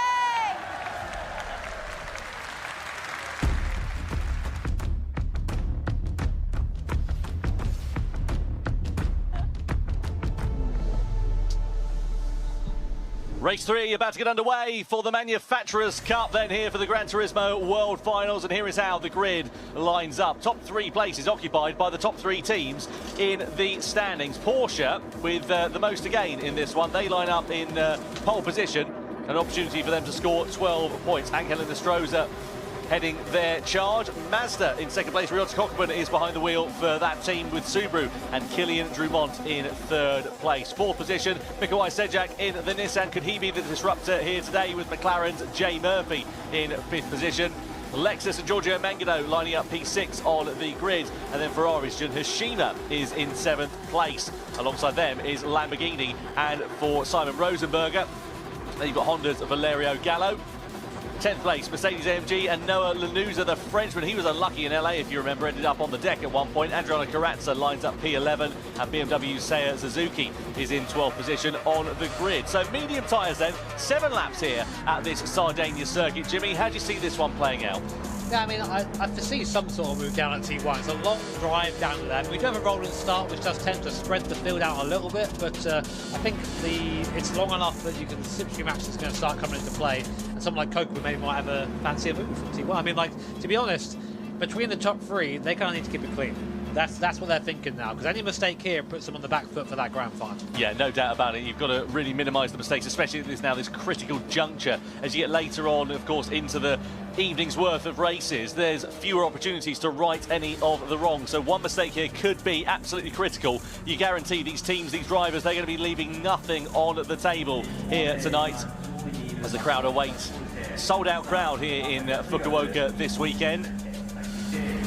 And they'll be keen to see what is going to happen and who, of course, is going to claim the crown of the Manufacturers' Cup. Let's get ready to go racing. Race 3, then, is underway here in the Manufacturers' Cup at the Sardinia Road Circuit. Porsche leading Mazda, leading Subaru as they come down in towards the first corner. Don't think we'll see any dive bombs down in towards turn 1, but we will see a pull out of the slipstream there for Mazda as well as Subaru coming under pressure as well. No moves being made in towards that first turn as expected, but around the sort of second part of this opening lap, we should start to see drivers who are getting their elbows out as they start getting some heat into the tyres and the brakes, crucially.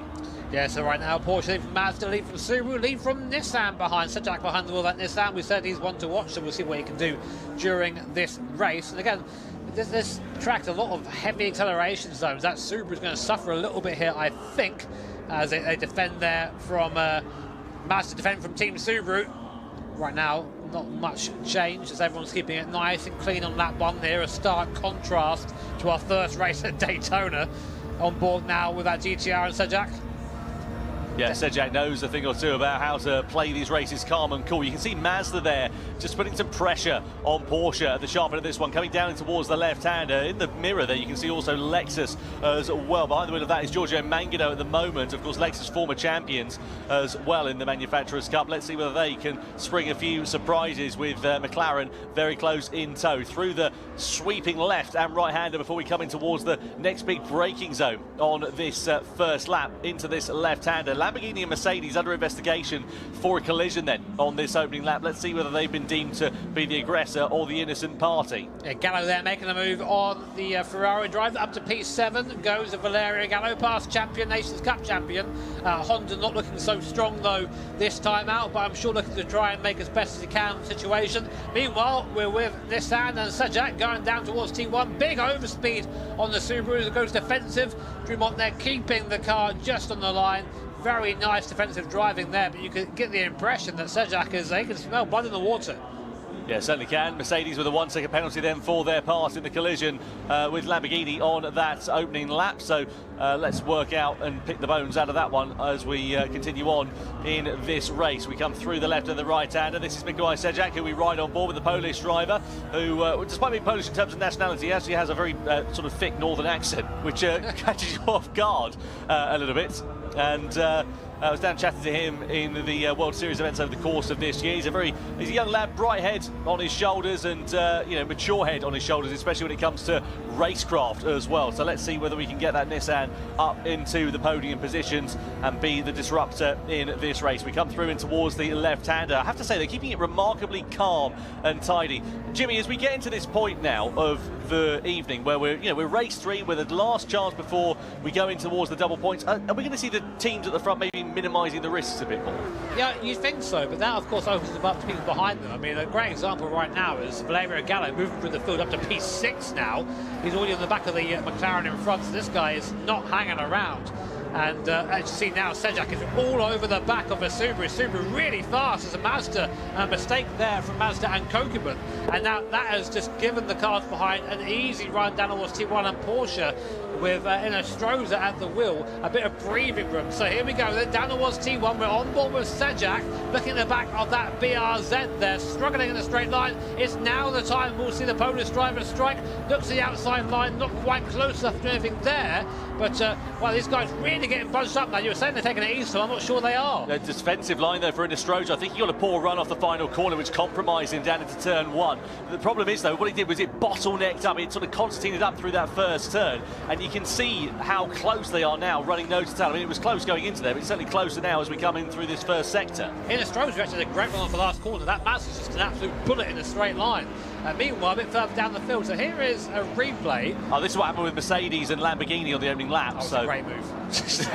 Yeah, if you forget where the brake pedal is, brilliant. Which he did, unfortunately. So yeah, I can understand the penalty there. But yeah, so yeah, Inestrosa's got a weird dynamic here where he's really quick in mid-corner with his Porsche, but it seems to, up against that Mazda, which again, a bit of a bullet. It's not, sorry, just in the background there, Subaru having to defend, and then in its place goes up the inside of the Mazda. The Mazda caught napping, so Subaru and Drumont there just absolutely picking the pocket of Kokubun, down 2 places. Sejak also up a place, up into P3, and now they're side by side as Gallo tries to get involved as well. Yeah, this is now all starting to kick off, isn't it? We're sort of getting towards the mid stages of this race, and all the while they start squabbling, that is music to the ears of Angel Inestrosa. He's leading the race, half a second is the advantage. If they continue battling like this, it will give them a chance to break away. This is ideal, really, because the Subaru is not fast down the straight, so it's now going to be the cork in the bottle for the cars behind. So that, as you say, sort of gives Inestrosa a little bit of breathing room. On board for the Mazda now. Look at the speed of this thing down the straight in the draft this hand.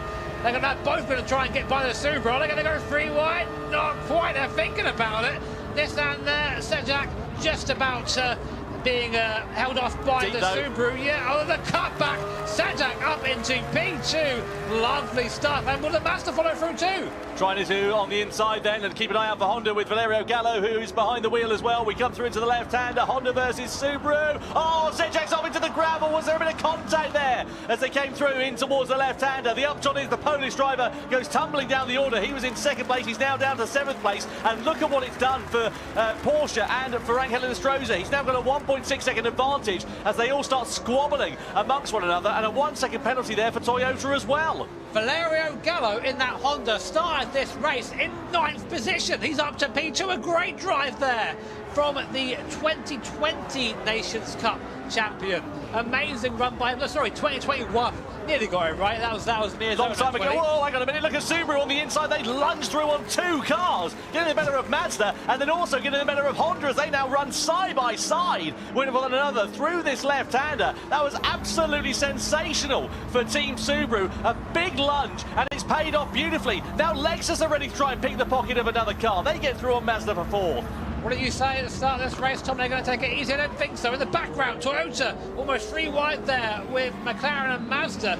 Mazda plummeting down the order. This is horrible for their championship at the moment. So Porsche and Angel Inestrosa is just laughing all the way to the back. 2.4 seconds now is the gap as Subaru and Honda battle it out still. There through goes Valerio Gallo. Not much really Drumont can do about that, can he? But here's the question.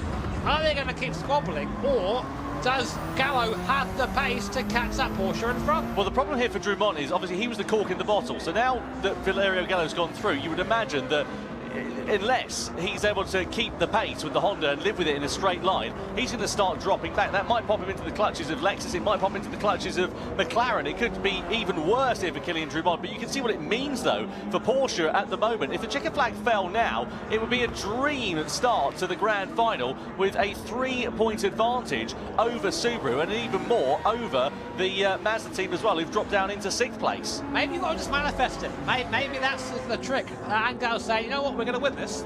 There it is. Yeah, I went for a walk with him yesterday. He was so calm, so focused, and so ready to go out and win. He said, no, we're leaving nothing on the table. We are here to win, and that is exactly what we're going to do. He was a man that was absolutely unwavering in the confidence that was underneath him, and that is proving to be absolutely justified here tonight. Yeah, so right now, Gallo is he's kind of very slowly catching Inestrosa, not by a lot. Only a couple of laps left in this race here at Sardinia, so really interesting back on this circuit. I got to admit, I thought we'd have a bit of a quiet one here, but it's been anything but that so far. First lap of the race, the BMW and Seiya Suzuki down in P7, so he's quick, but he needs to go a bit quicker than that, I think. Yeah, the problem is their championship challenge has really fallen apart like a cheap watch, courtesy of one race, isn't it? Really, you know. Why do you look at me when you say that? I can see what you've got on your wrist. Across the sideline we go, McLaren versus Lexus, side by side with one another as we come down the start-finish straight in towards the left-hander as we go over the crest of the hill. Lexus on the inside, McLaren on the outside then. So Mangano versus Murphy in the Lexus versus the McLaren. Mazda and Cockerman ready to try and pick their pocket as well. That'll be damage limitation there for Cockerman as they try to ascend their way back up the order following the early dramas that they have suffered. As they flick it through in towards the right-hander, it all stays pretty stagnant in terms of the positions for now. Let's have a look at this battle then with Mazda. So this is a lunge to the inside.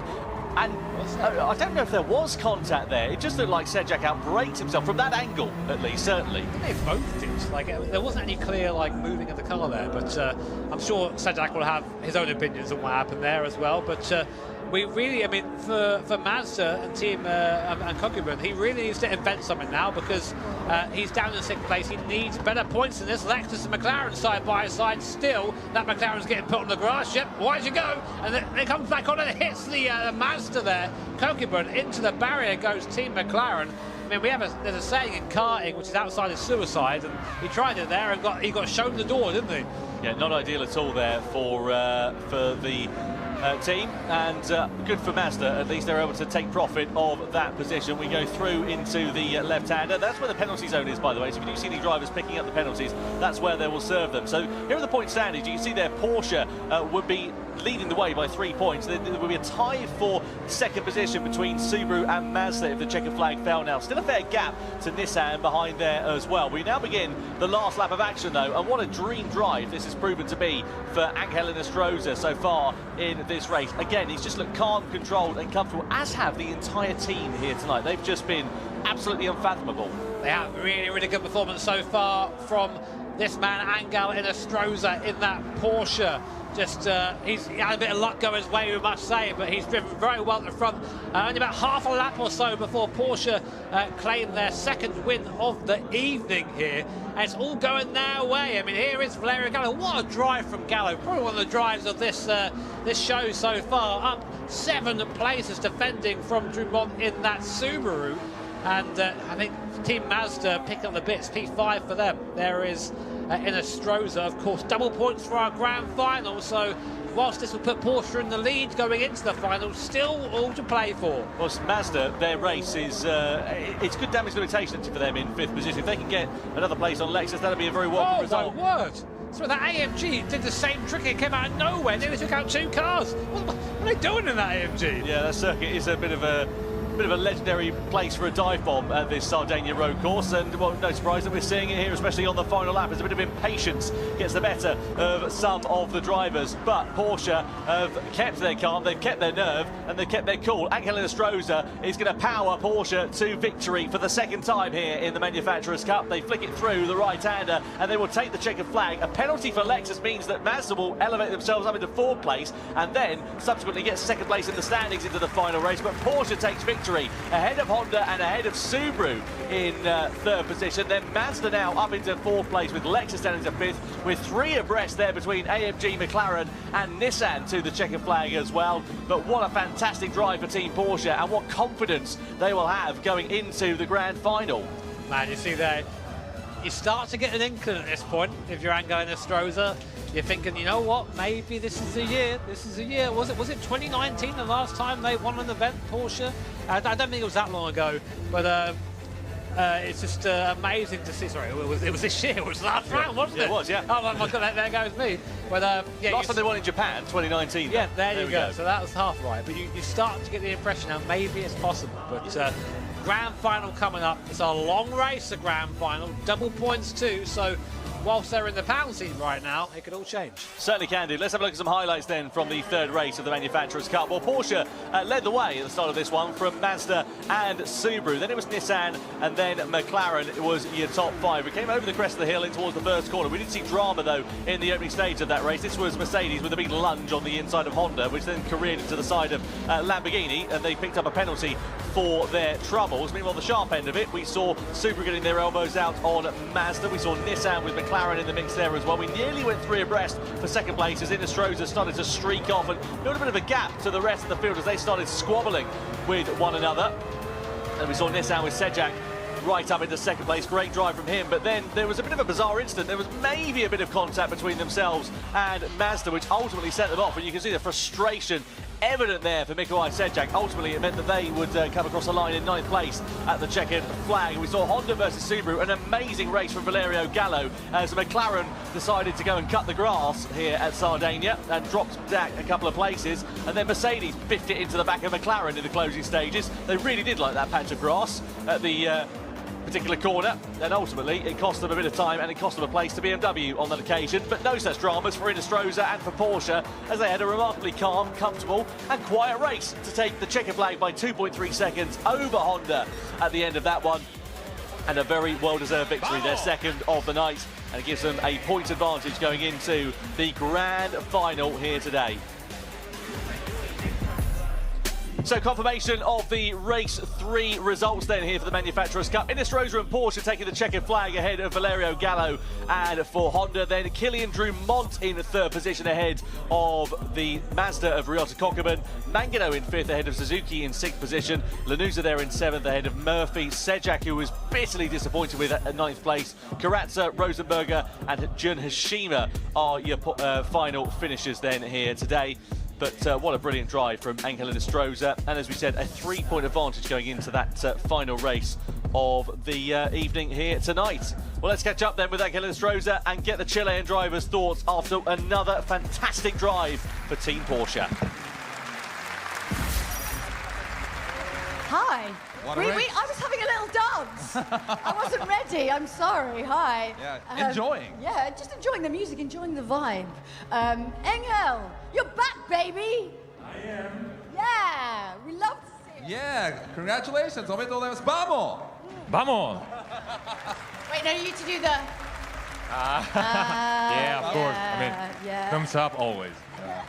How was that for you? I mean, obviously, the beginning, not quite so comfortable, but towards the end of the race, you look really, I mean, I say comfortable. How comfortable is it ever? I mean, I knew that I had Honda behind, which was driven by Valerio, which is always fast, you know.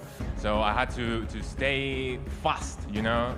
But the first few laps were not comfortable at all. I mean, I had a plan, which worked perfectly, which is just try to pack everyone behind, and they will try to overtake each other, and I will go myself alone in first place. It worked. Yeah, yeah. もう今回ね、最初後ろにホンダがいたので、速いバレリオが速いというのは分かってたんで、とにかく逃げなきゃいけないというのは分かってたんですけども、最初の数ラップは本当に大変でした。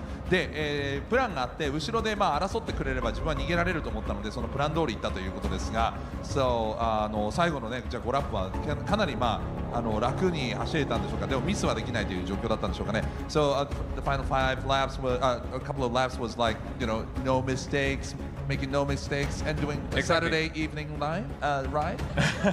Yeah, exactly as you said. No mistakes at all. So that was I was trying to do, and yeah, I mean it worked pretty well. Right now, I think we are in first place. Yes. If I'm not mistaken. Yeah. Okay. That's good. So I can't do maths. I have to wait till they tell me on the screen. I'm like, 3 plus 4. No. Well, now the grand finals, and that's it. I mean, we will fight for everything. Okay. How's the competition been this year? I mean, amazing. Yeah. The first round, Sato-san did not have good luck, sadly. And the second round, well, Serrano made 3 points, which was really, really good. Then Los Angeles, well, you know. I won that race, and it feels amazing. You won in Los Angeles. Los Angeles で勝ったのがここに繋がっているということですね。I won in Los Angeles. これでシーズントップに立ったということで、この後のファイナルも本当に楽しみなんですけれども、最初はね、佐藤さんが、第一戦はですね、ちょっと不運もあったんですけども、その後3ポイント取って、自分がロサンゼルスで勝って、そして、この状況でロサンゼルスで勝ったということで、拍手もう一度お送りしましょう。2勝ということです。2 wins then. Well, look, congratulations. Good luck in the final race to all the drivers. I'm going to throw it back up to Tom and Jimmy. It's the grand final, Sasha. It is. One more. Oh. Sasha's going to need to go and get a hearing test after that one, I think. Yeah, brilliant job from Porsche, from Angel Nostroza. No surprise that he just seems to be calm, confident, not overplaying his chances, not getting ahead of himself, and that's reflecting in the results, as you can see now. In fact, actually a 2-point swing that they have over Mazda, because of course Mazda got the better of Lexus at the end of that one. Lexus picking up that penalty on the final lap. Yeah, I mean, and we have 3 very clear contenders now going into Grand Final: Porsche, Mazda and Subaru, separated by only a couple of points there, 3 points between all of them. So it's a shame about Nissan there and Sajak. I mean, that mistake really has cost him a proper go at this now, and he'll know that, and that'll be very frustrating for that team. But there is still, that places on offer here, but the top 3, they're looking like they're in a bit of a league of their own right now. Yeah, it certainly is. I mean, look, it's mathematically possible for Nissan to do it. I mean, what have you got on offer? 24 points for that grand final. So I'm just trying to do the math in my head. Lexus could technically do it, couldn't they? But they would need a bit of a minor miracle. And they all need to retire. Yeah, exactly. Which probably is not going to happen. So, well, you never know. You never know. But Matt, I mean, I wasn't sure these are the standings I'd be seeing when we came in here. Subaru's still in contention as well. Mazda, I mean, an interesting race to cope with in that one. We don't tend to see him fold under pressure that often. But he did a couple of bad choices there. Just put him in a weird place in the race. But ultimately they recovered well, didn't they? Getting into 4th place at the end of that one. I know a bit of fortune on the final lap. Anyway, let's get into that in a few moments' time. We've got a fantastic announcement to come here today. That's right. I'm here with Kazunori Yamauchi. Yamauchi-san です。よろしくお願いします。ありがとうございます。So, for Yamauchi-san, how was the season and what are you looking forward for next year? まずは今シーズンここまでどうだったのかと、来シーズンに向けてはどうですかと、来年に向けてはどうですかというところをまず伺いたいと思います。はい、今年のレース本当にどれもいいレースで、一つ一つ数えればキリがないんですけれども、今ねこうして本当にワールドファイナルを迎えられたことは本当に嬉しく思っています。で、ちょっと気が早いんですけれども、来年の話も少ししたいと思っていて。はい。So, first of all, we had so many good races, not to be named. I mean, every race was good, and really happy that we are here for the finals. But I want to go a little bit forward to next year and make some announcement. その、来年の話では。はい。まず一つ目が、来年なんですが、シーズン結構早く始まります。具体的には1月の中旬、もうすぐですよね。1月の中旬からオンラインシーズンが始まります。So the next season will start really early, mid-January. The online will start, and あともう一つはですね、ビデオをご覧になっていただければいいかなと。And for the next announcement, let's look at the video.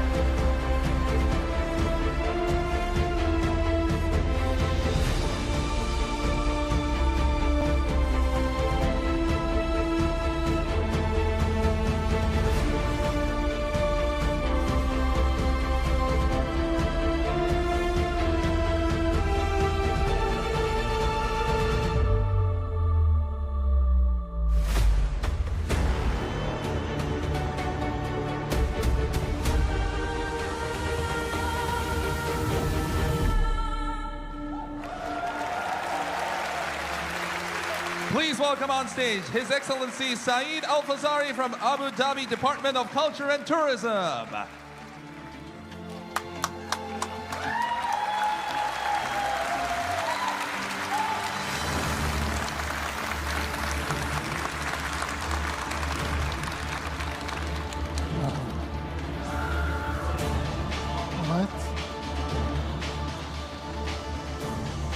All right, so you have a special announcement. You're Yes. here in Fukuoka for the announcement. 特別なアナウンスメントのために来ていただきました。Would you please announce, please? サイド閣下です。はい。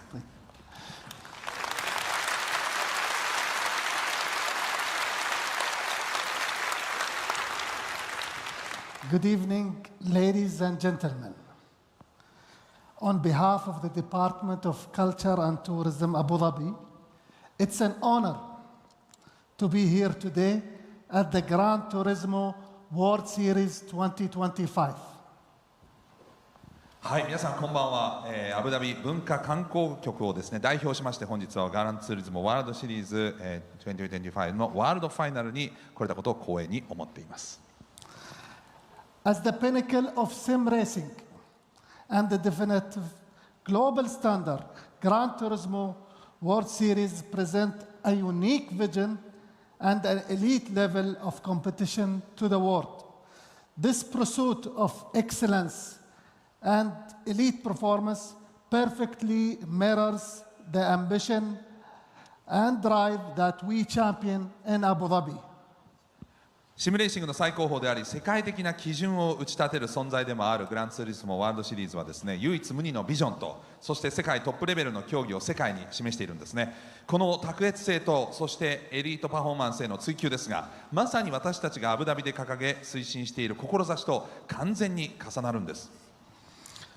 Abu Dhabi is transforming into a global gaming hub, establishing the Emirate as the center of excellence that sets industry benchmarks from talent development and business attraction to game development and the hosting of elite sports events. はい、アブダビは現在ですね世界的なゲーミングハブへと変貌をですね遂げているんですね。人材育成そしてビジネスの誘致ゲーム開発さらにトップレベルのこの e スポーツのイベントの開催に至るまでですね業界のベンチマークを打ち立てる卓越性の拠点としてその地位を確立しつつあるんです。 Through initiatives like Abu Dhabi Gaming, the Emirate is developing a dynamic industry that connects businesses, investors, innovators, and talent across the global gaming value chain. We are creating an end-to-end gaming ecosystem that empowers the next generation of creators, developers, publishers, and e-sport athletes to thrive from Abu Dhabi. アブダビゲーミングをはじめとする取り組みを通じてですね私たちは企業そして投資家イノベーターさらに才能ある人材をグローバルなゲーミングバリューチェーンを全体でつなぐ活気ある産業を育成しているんです。アブダビを拠点に次世代のクリエイター開発者そしてパブリッシャーさらに e スポーツアスリートが活躍できるエンドトゥエンドのゲーミングエコシステムを構築しているんです。 Recently, we were thrilled to see Abu Dhabi make a statement in the gaming world as Yas Marina Circuit was added to Gran Turismo 7, breaking new ground. This exciting development offers players around the world the opportunity to experience our iconic track in-game and showcases our city in new audiences around the world. 最近ではですね、ヤスマリナサーキットもグランツーリズモ7に追加されたことによりですね、アブダビがゲーミングの世界で大きな存在感を示したことを私たちは大変嬉しく思っているんです。この画期的な取り組みによって世界中のプレイヤーがですね、ゲーム内で私たちの象徴的なサーキットを体験できるようになりまして、アブダビという都市を新たなオーディエンスに向けて発信する機会ともなりました。Building on this momentum, today I have the pleasure of making another exciting announcement that supports our ambition to elevate Abu Dhabi's position as a global gaming hub. はい、この勢いをさらに発展させる形でですね、本日アブダビが世界的なゲーミングハブへと押し上げていくもう一つのエキサイティングな興奮する発表をさせていただきたいと思います。I am delighted to share that Abu Dhabi will host the opening event of the Gran Turismo World Series 2026.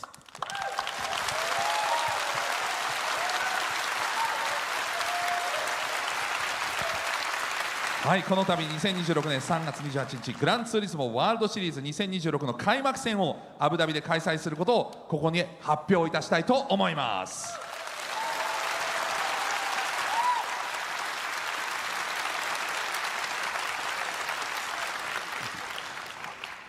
On 28th of March 2026, this marks a significant moment for sim racing in the region and for Abu Dhabi's growth as a global destination for elite sports events. 2026年の3月28日でこの地域におけるシムレーシングにとって、そしてアブダビが世界有数のエリート e スポーツ開催地として成長していく上で非常に重要な節目の日ということになります。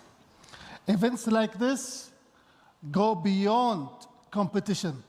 They are catalysts for growth, supporting the evolution of Abu Dhabi gaming sector, diversifying the economy, and laying the foundation of future careers in a global industry. このようなイベントは単なる競技の場にとどまりません。アブダビのゲーミング産業の進化を後押ししまして、経済の多角化を促進、グローバル産業における将来のキャリアへの基盤を築く成長の原動力なんです。We look forward to welcoming you all to Abu Dhabi and hosting the opening event of the 2026 season, setting the tone for another gripping year of on-track competition. Thank you.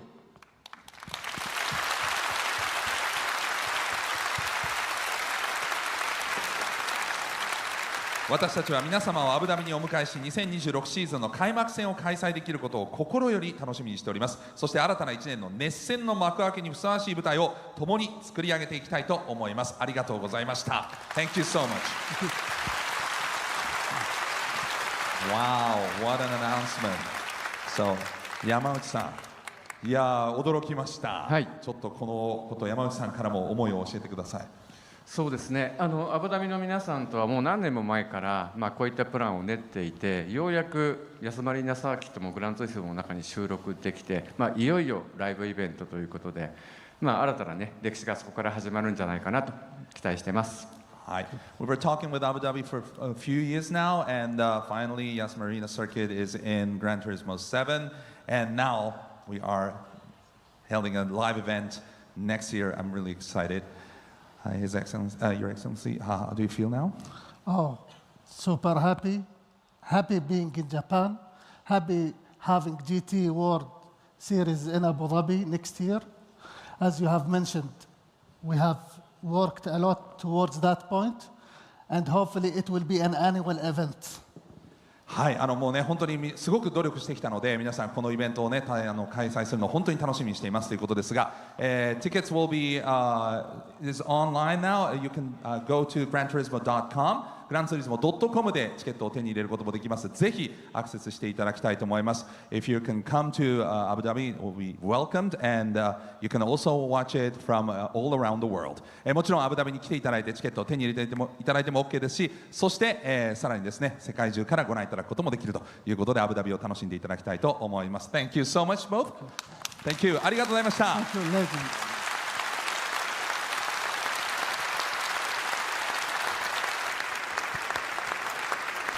Well, hugely exciting to see Gran Turismo going to the Middle East for the very first time, to Abu Dhabi, and that is exactly where we're going to be hosting the grand final for the Manufacturers' Cup here today as well. Brand new, of course, in GT7, launched as part of the Spec 3 update, along with a couple of new cars and some other circuits and all of that sort of stuff. But, you know, this circuit in particular is a bit of a classic now, isn't it, really, in terms of some of the racing action that we've seen over the years? Yeah, you can't forget how long it's been around now, actually. It's 2009. Wow, really? Yeah, man, we're getting old. Anyway, speaking of old Tom Brooks, but here are the details for our grand final. Group 3 cars. Endurance race around Yas Marina. 20 laps. All drivers have to get in at least once, and you have to use each tyre for at least 5 consecutive laps, which means minimum driving time 5 laps for each driver here. So here's what our gremlins in the strategy department think will happen here.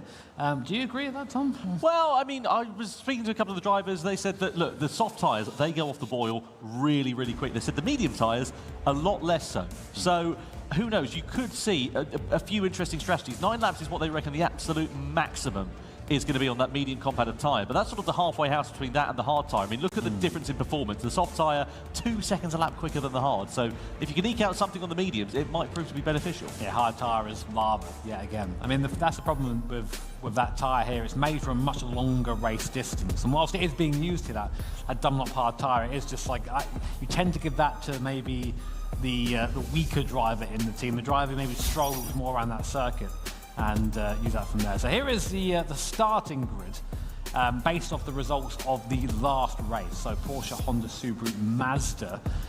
That's great for Porsche. They're in the pound seat there. Now Honda is in the realms to upset someone, get in someone's way. So I mean, that really realistically probably out of contention for a top 3 result here tonight, but they can definitely get in someone's way and ruin someone else's race. Yeah, what have they got, 18 points on the board, something like that? Well, there we go. Let's have another look, shall we? Honda, a little bit fewer than that, actually. 13 points on the board there for Honda, but like you say, they could be the disruptor, the sort of the cat amongst the pigeons, as it were. Just to remind you of where we are at in terms of the points, Porsche now lead. They have a 2-point swing over Mazda, who are subsequently 1 point ahead of Subaru there as well. Then you've got Nissan, Lexus, BMW, McLaren and Toyota also have involved in their own battle on the fringes of the podium there, as it were. But really, the top 3, they're sort of the outliers here, aren't they, of Porsche, Mazda and Subaru. How are they going to play this one here, Jimmy? I mean, what would you be doing at the start of this race if it was down to you? Would you be putting your quick driver in first?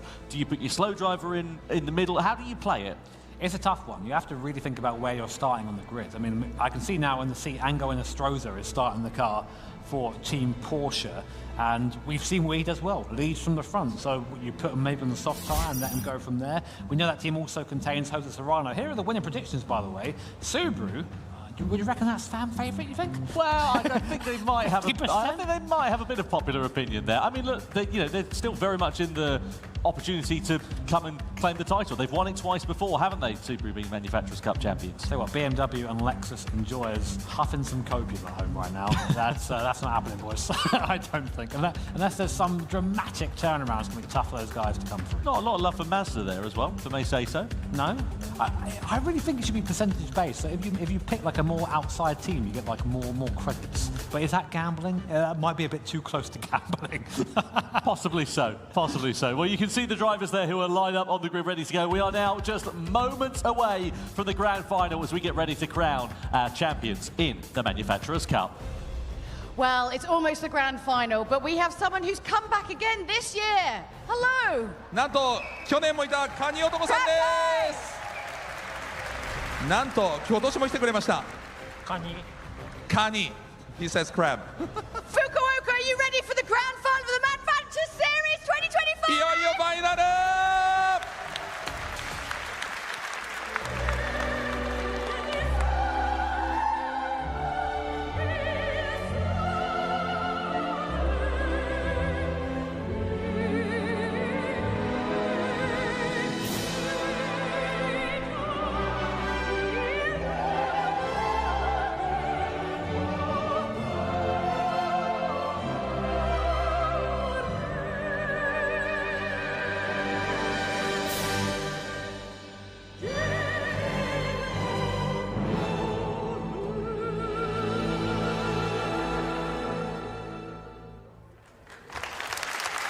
Four live events in 2025, and it now all comes down to this as we get ready to crown our Manufacturers' Cup champion of this season.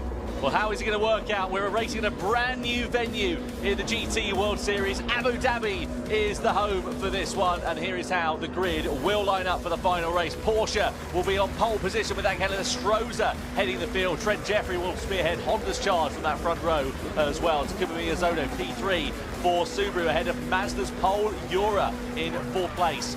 Lining up on the 3rd row of the grid, Giorgio Mangino for Lexus, former champions, of course, with BMW for company alongside in 6th place. And it's Mercedes AMG, tricky nice in the office for them so far here today, with McLaren lining up P8 with Yamamoto behind the wheel. Then it's Nissan and Philo in 9th position, with Toyota's Kai de Bruyne in 10th place. Lamborghini and Rosenberger lining up P11 on the grid, and Ferrari with João Jesus behind the wheel in 12th position. Now, of course, we've got tyre strategy, we've got fuel to consider here in this one here, Jimmy, as well. And from what we can see, Porsche are starting this one on the softs. They're trying to get away early. Yeah, I mean, unsurprising, I think, from what we've seen so far. Interesting, a couple of teams there, you hear them revving on the grid, just trying to burn a bit of fuel. A couple of them have done that now, just have a bit of a lighter car to start with. That's how fine the margins are here. Not sure the engine's going to appreciate that so much, but that's part of the game here at the Gran Turismo World Series.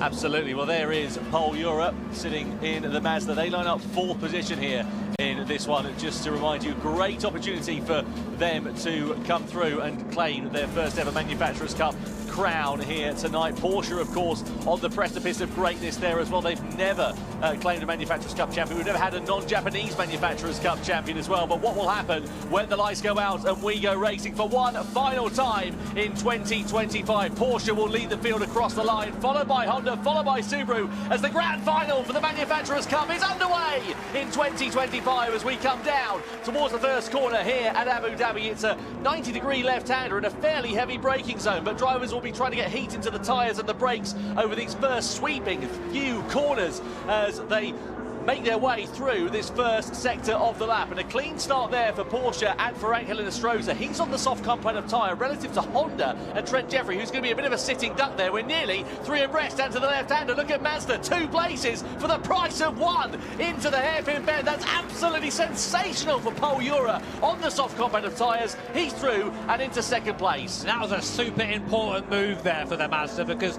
they need to chase down that Porsche. They need to stay with them.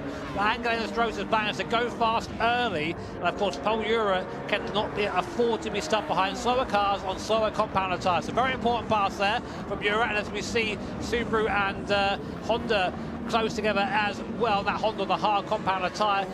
The hard stint is all about damage limitations, so they'll try their best to stay with the Subaru for now, but Porsche and Mazda already making a little bit of a gap between the rest of the field here. Yeah, you'd imagine what you're going to be set to see then at this particular point in the race is the soft tyre shop runners, so Porsche and Mazda, Stroza and Eura. They'll clear off into the distance. The Subaru and the Lexus will be in 3rd and 4th place as they go side by side with one another through that left-hander. Then you'll see the hard shop runners sort of in their own group at the moment. The races, generally what they do is they start off a little bit slower, then get a bit interesting in the middle part of the race, then right towards the end, once the strategies diverge in terms of the tyres and in terms of the fuel loads and who's picked and decided what drivers and so on and so forth, that's when it'll get very interesting indeed. Yeah, but Lexus making a good start there up to P3, also past Team Subaru as well here. So I mean, Lexus is always a strong contender in these events. So 2018 they won. First time, and 2024 as well. And 2024, yeah. So they've got pedigree as Lexus, but a reminder, double points, of course, for this race. There your points are on screen. 24 for the winner, so huge haul if you manage to win this. And if the winner of this race is Porsche, Mazda or Subaru, each team respectively will take away the crown here today. Absolutely. So it's damage limitation then for Honda here. What they've got to try and do is hang on to the coattails of Subaru and Lexus as much as they can. They're involved in their own little sort of battle, as it were, going in towards this hairpin bend. And what Honda would really benefit from is if they just started fighting amongst one another. But however, these drivers, they're very experienced. Behind the wheel of that Lexus is Giorgio Mangino. He's been here since day one. Takuma Miyazono behind the wheel of the Subaru. He knows a thing or two about how to win a title. They're not going to start duffing one another up in this first phase of the race, and look at how they're just playing it safe, just biding their time, lifting off of the throttle down this straight here to try and save a bit of fuel, but also just not get involved in sending one up the inside, costing them both time as they enter into the corner and subsequently dropping them back into those hard shot runners. There's a possibility that he's just staying there and using the draft of his Lexus down the straight. I mean, we know the Subaru's really fast in that last sector, but maybe overall the lap time is quicker with a draft for this Subaru. So a little bit of strategy in play here to go into lap 2.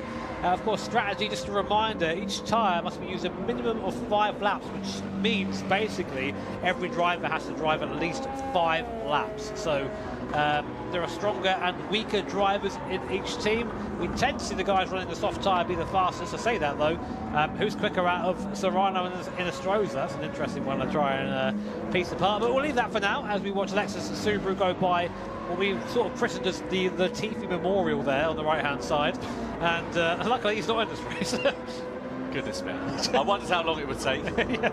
2 laps was the answer. 2 laps. As it turns out of this final corner we go, across the timing line then. Porsche trying to stretch that advantage. Last time around 153.7, actually a couple of tenths of a second slower than Mazda and Polyphony. So the gap's sitting at a bit of a constant. So I know they're trying to stretch the advantage. It's not quite working for them. So all the Polyphony needs to do then here is just drive his own race, sit there in second place, not allow Porsche to get too far off into the distance. As you said, Jimmy, that first lap move where we saw him sending it to the inside down into here on 2 cars, absolutely critical, because if he had waited another couple of corners, even the length of this back straight or so, it could have cost him time. That gap could have gone up from being as second as it is now. It could have been 1.5 seconds. It could have been out of that slipstreaming range. Yeah, for sure. And I guess now the question is, how long can these guys make that soft tyre last?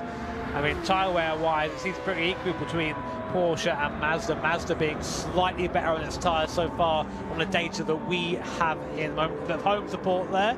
Nice effort to Kimi Miyazono. There he is, rocking some very cute gloves as well. Very nice, look at those. Yeah. What's that saying? C-Sports team, isn't it? Yeah, it's a bit of a colour clash, I must be honest, with the red, if I'm being completely transparent. Is there not a stylist here? I'm sure. Send Jules Clearly, in there. clearly not. Have you seen your hair? This is in fashion, says someone. Yeah, if you woke up in 1978, perhaps. Anyway, Subaru and Takuma Miyazono sitting there in 4th place. I have to say, the loyalty that Takuma Miyazono has shown to Subaru over the years. I mean, if you remember, he won all of the championships back in 2020, and he's stayed with that team ever since, and he's won 1 since then as well, back in 2022. This is Mercedes versus Honda. The advantage of the slipstream there for Mercedes, going through on the inside down at the back straight and getting that move done quite nicely.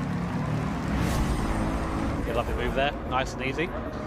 Interestingly, Mazda are starting to pull in a little bit onto the back of Porsche and Angel and Inestrosa. I mean, do you fight either of those guys? I mean, you are directly fighting for the series win here, so you have to I think you have to make those moves here. You can't afford to sort of work together.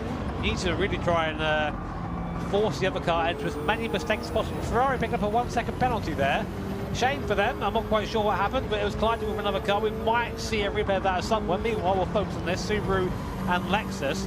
Get the impression Miyazono might be getting a little bit impatient now. Yeah, it's starting to pick up his pace here, isn't he, to give him Miyazono. Let's see whether he can start to bring those fights to the front. Through into that left-hander we go.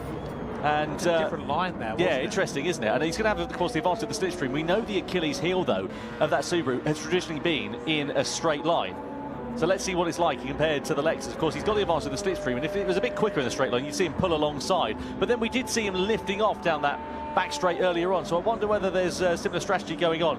Unfortunately for Nissan, meanwhile, it's so close into the braking zone, just a smattering of contact there as Miyazono just gets into the back of the Lexus of Giorgio Mangano, but Nissan picking up a penalty there in 8th place as well, the former champions. They won it back in 2023, if you remember. And, well, this year it has not been particularly brilliant end to it, with Mikolaj Sejak really getting into some bother in his race earlier on here tonight in particular, but a penalty for them. Meanwhile, 3rd and 4th place, Subaru still on the coattails here of Lexus. Are they going to have a lunge to the inside? They certainly are looking at it. Miyazono with the inside line. It's a brave move if you can make it stick through into there, but he gets it done absolutely wonderfully there. Miyazono into the braking zone as they come under the W Hotel into 3rd position. Well, I didn't really sense too much resistance there from Mangano. I think he sort of knew it was over, and once you get to that point, that was a good place for him to make that move, because that Subaru is really quick for the last sector, can build hopefully a small bit of a gap for their sake anyway, and avoid avoid being overtaken again on the straight. So here we are, coming to lap 5 of this race. That's a minimum drive time for each driver. So end of this lap, I suspect we'll see the hard runners box, a driver change, and we'll see this race move into its second phase. Mazda looking a little bit kinder on their tyres compared to Porsche at this early stage of the race, and that's reflected in the lap times. The gap now down to half a second between Porsche and Mazda. 1:54.695 for Inestrosa in the lead, 1:54.481 for Pol Ura in second place. So you can see the gap has come down to 1.5 a second. It's now down to as close as it's been, and I wonder whether we might see a challenge for the race lead before too long. Paul's out of the slipstream as we come onto this back straight though, so certainly not trying to get too close to the back of Inestrosa. Again, trying to play that long game. I wonder though, will we see a divergence in strategy? They're now back on the coattails of Porsche, our Mazda here then. Are they going to think about maybe the undercut in this race to try and get the better of the race leaders? It's a possibility. I mean, like, to be honest, if you team Porsche, I don't think the undercut's going to work so much right now. You want to try and stretch that soft tyre for the best life it has. I'm wondering why Pol Ura is opting to stay behind right now. I mean, it's obvious he has the pace over the Porsche. He's caught right up now, gaps, what you can see on the screen. But that Mazda seems to have a bit of an advantage in a straight line. Maybe waiting for the back straight again, but or maybe saving fuel. Yeah, maybe. I mean, I'm not sure how much fuel is going to be. I mean, fuel is going to be a factor here somewhat, but yeah, curious to see what the plan is there. Yeah, coming through under the hotel we go, and you can see no stale. This is as close as it's been in the battle for the race lead. 6 laps to remind you, that's about as much as we're reckoning these drivers are going to eke out. So we're coming in towards that pit window on the soft tyre. Are we going to see either of the top 2 diving into the pit lane? We are. Mazda come in then. So that's why we were seeing the hurry up for Pol Ura. He was pushing on. That was an in lap for him then here. He just needed to minimise the gap as much as he possibly could. They're going to change their driver as well. So Pol Ura will jump out of that car. Into the car will come Brita Kokubun and onto the medium compound of tyre in this middle stint, and also a plethora of hard shot runners all now coming into them as well. I imagine they're all going to do the same. They're just going to try and get off of that hard compound of tyre as soon as they possibly can, and all pretty much go on to the medium. So Kokubun in the Mazda, and now of course what he needs is a nice bit of clear air in front of him, which he'll get as a result of the driver who pitted first. Really interesting. These guys will hop in Porsche now. got a penalty, Jimmy. Oh, why? That's got to be track limits. That's got to be track limits there for Angel Inestrosa. I saw him flirting with the edge of it here. They're being quite strict here. Basically, if you put 2 wheels on the curb, it is going to, or both front wheels on the curb, I should say, sorry, it is going to be a penalty. So 4 wheels over, sorry, to be clear in there. Yeah. Here's a replay. Let's see where it's for. So we're through the right-hander. This is at turn 2. We're just going to go off to the outside. Yeah, 4 wheels over the white line. So, well, that'll be half a second penalty, something along the lines of that. You know, it doesn't sound like a particularly amount. Yeah, half a second. So not a particularly big penalty, but you don't just lose the time of that half second, you lose the time getting back up to speed again. So it works out about 1.5 seconds, and that could be the difference between making that overcut now, as it has to be, work or not work indeed. That will definitely make a difference. I think that if they opt to box this lap, Team Porsche, which I think they probably will, they are going to be dropping behind Mazda. Depends to get in that Porsche next, you know, what sort of stint they're going to run. Are they going to take that medium for the end, or are they going to go for a hard in the middle and then just go for a long medium stint in the end? Well, that's what I was about to say. Do you now try and, you know, limit the damage, stick your slower driver in, get your medium, your hard stint out of the way in the middle part of it, then come good at the end of the race, doing the reverse of what Subaru have done, courtesy of the fact that they're going to come out, what, I reckon 1.5 seconds, maybe a couple of seconds behind as a result of that penalty that they've picked up. Let's see, Subaru looking very quick right now. Actually starting to, I think, catch up to the back of, and in comes Porsche. So Angel Inestrosa in the box, our current leader and points leader boxing. Who's going to get in the car for these guys now, coming in for a fresh set of the Dunlop tyres? It's Jose Serrano, arguably the fastest man in Gran Turismo at the moment, hopping in that Porsche. What's the tyre, though? Onto the medium set of tyres there. So he'll be going through the long stint. I think that's a good call. Makes sense, yeah. If you're going to stick your quickest driver in, arguably one of your quickest drivers in, certainly, it's got to be Serrano, and it's got to be the medium combat of tyre. Maximise that stint of the race. But the question is, what you want to do in this one is where you come out relative to them. Yeah, Mazda have already come out, so they're going to clear off into the distance, but where are Porsche going to come out relative to everybody else? Are they going to have a nice bit of clear air here? So Mazda there, it's not working out particularly brilliantly there for them as well. So what have they dropped in terms of time? It's about a second and a half or so, exactly as we were expecting there between Mazda and between Porsche. So, yeah, interesting to see how that's worked out. Not at all for Porsche, unfortunately. Not really a strong outlap there Kokubun, I don't think. I think that should have been a bigger gap, considering the penalty. See the Porsche there opting to pull off into the side of the road there. As the lights come on and darkness descends here at Abu Dhabi. I mean, I don't really recognise the circuit beside the floodlights, to be honest, so looking forward to seeing how that looks. Replay here between BMW and Honda. So what happened here? So coming through into the final corner, BMW are going to be looking for the inside line. Oh, beautiful bit of switchback on the inside. Gets that move done absolutely wonderfully there for BMW. That's Thomas Laboutelet, who was behind the wheel of the car. Meanwhile, the sharp end of this, now Subaru with Lexus right on their coattails. So this was the battle for third place, just to remind you, prior to the pit stops. They are the drivers who start on the medium compound of tyre. They haven't yet pitted. About 9 laps or so, that's what we reckon the medium tyres are going to be able to eke out in this race. But Lexus and Subaru, they kept each other honest in the opening stage of this race. And they're just sitting there waiting for the right opportunity. I don't think they're going to send anything to the inside. We're not going to see that from Giorgio Mangano behind the wheel of that Lexus. But, again, they've just kept Subaru in their sights for now. Kept the gap at a constant, playing the patient game.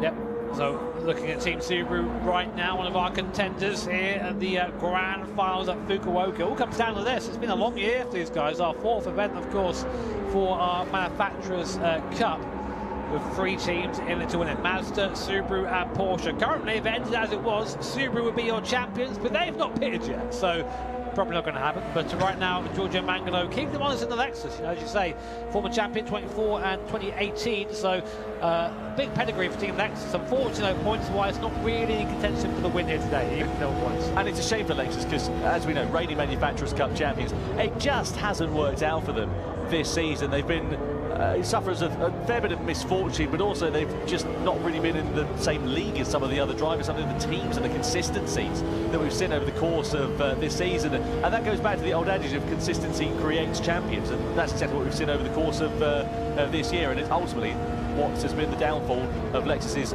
title defence in 2025. They are, though, still sitting on the back of the Subaru.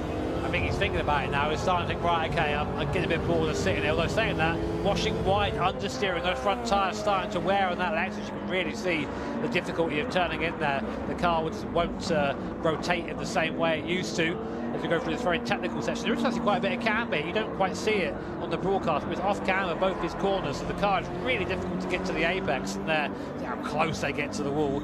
In the background there, Kylian Drumont waiting behind Miyazono. He'll be in next. Miyazono pulls to the right-hand side into the pit lane from his first little box at the end of lap 8. So 1 lap earlier than we expected there, and Kylian Drumont will get in. What tyres they're going to put on for Drumont? It has to be soft, surely. Yeah, we need to see what the time is in terms of laps for Takuma Miyazono. It's 1:57.264, but it's the sector times here, because you would imagine Miyazono is going to come in next time around. But will they be able to, now they're in clear air, just run their own race, get a good in-lap for this? Soft tyres going on the Subaru, so you would imagine the Lexus, Giorgio Mangano behind the wheel of that car, is probably going to follow the same strategy, just mirror what they're doing and then duke it out in the closing stages of the race.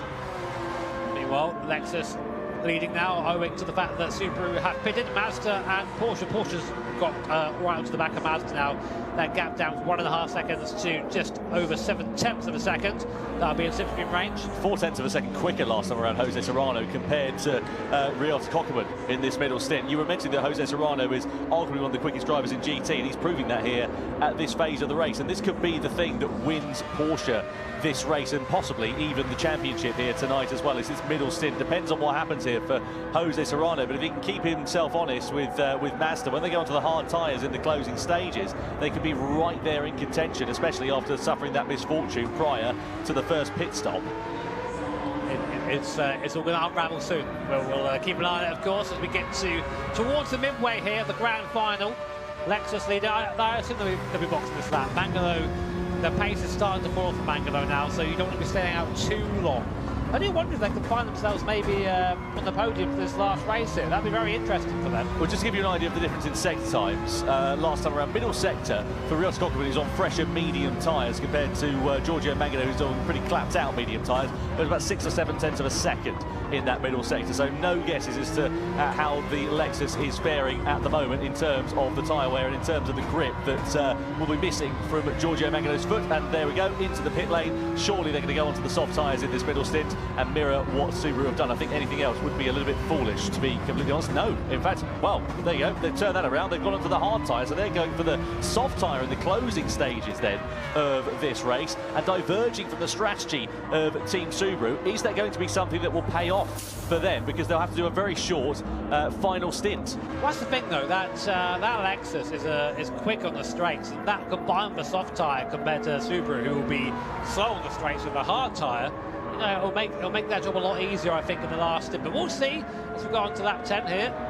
I wonder what it'll be like in terms of the gap for Lexus once they come out of the pit lane, because if they can stay within slipstream range of a car in front, that'll really help them out in terms of keeping that gap at a constant and limiting the damage. And it's worked out nicely, so they've clearly been calculating that between the teams and the drivers. They've got, of course, you know, driver to team radio, so they can communicate with one another. They've obviously looked at the gaps, done the calculations on the fly. 1.5 seconds, it's just about enough to be within slipstreaming range, as we see Mazda versus Porsche starting to kick off into the braking zone of the left-hander. Porsche with the inside line, challenging for the race lead, and Jose Serrano goes through on Ryota Kokubun to hit the front for the first time then in the Porsche. Are we going to see a retaliation though from Mazda as we come in towards the next braking zone? They're in the slipstream here, and are they going to think about sending it through to the inside or the outside? Well, Serrano's parking the car on the inside of the corner. Mazda aren't going to be able to launch anything through because the line is going to be blocked unless Serrano runs it a bit wide. It sort of switches back on the inside as they go side by side with one another. We come through in towards the third sector. Mazda on the outside now as we flick it through into the right. Porsche on the inside. They hold the line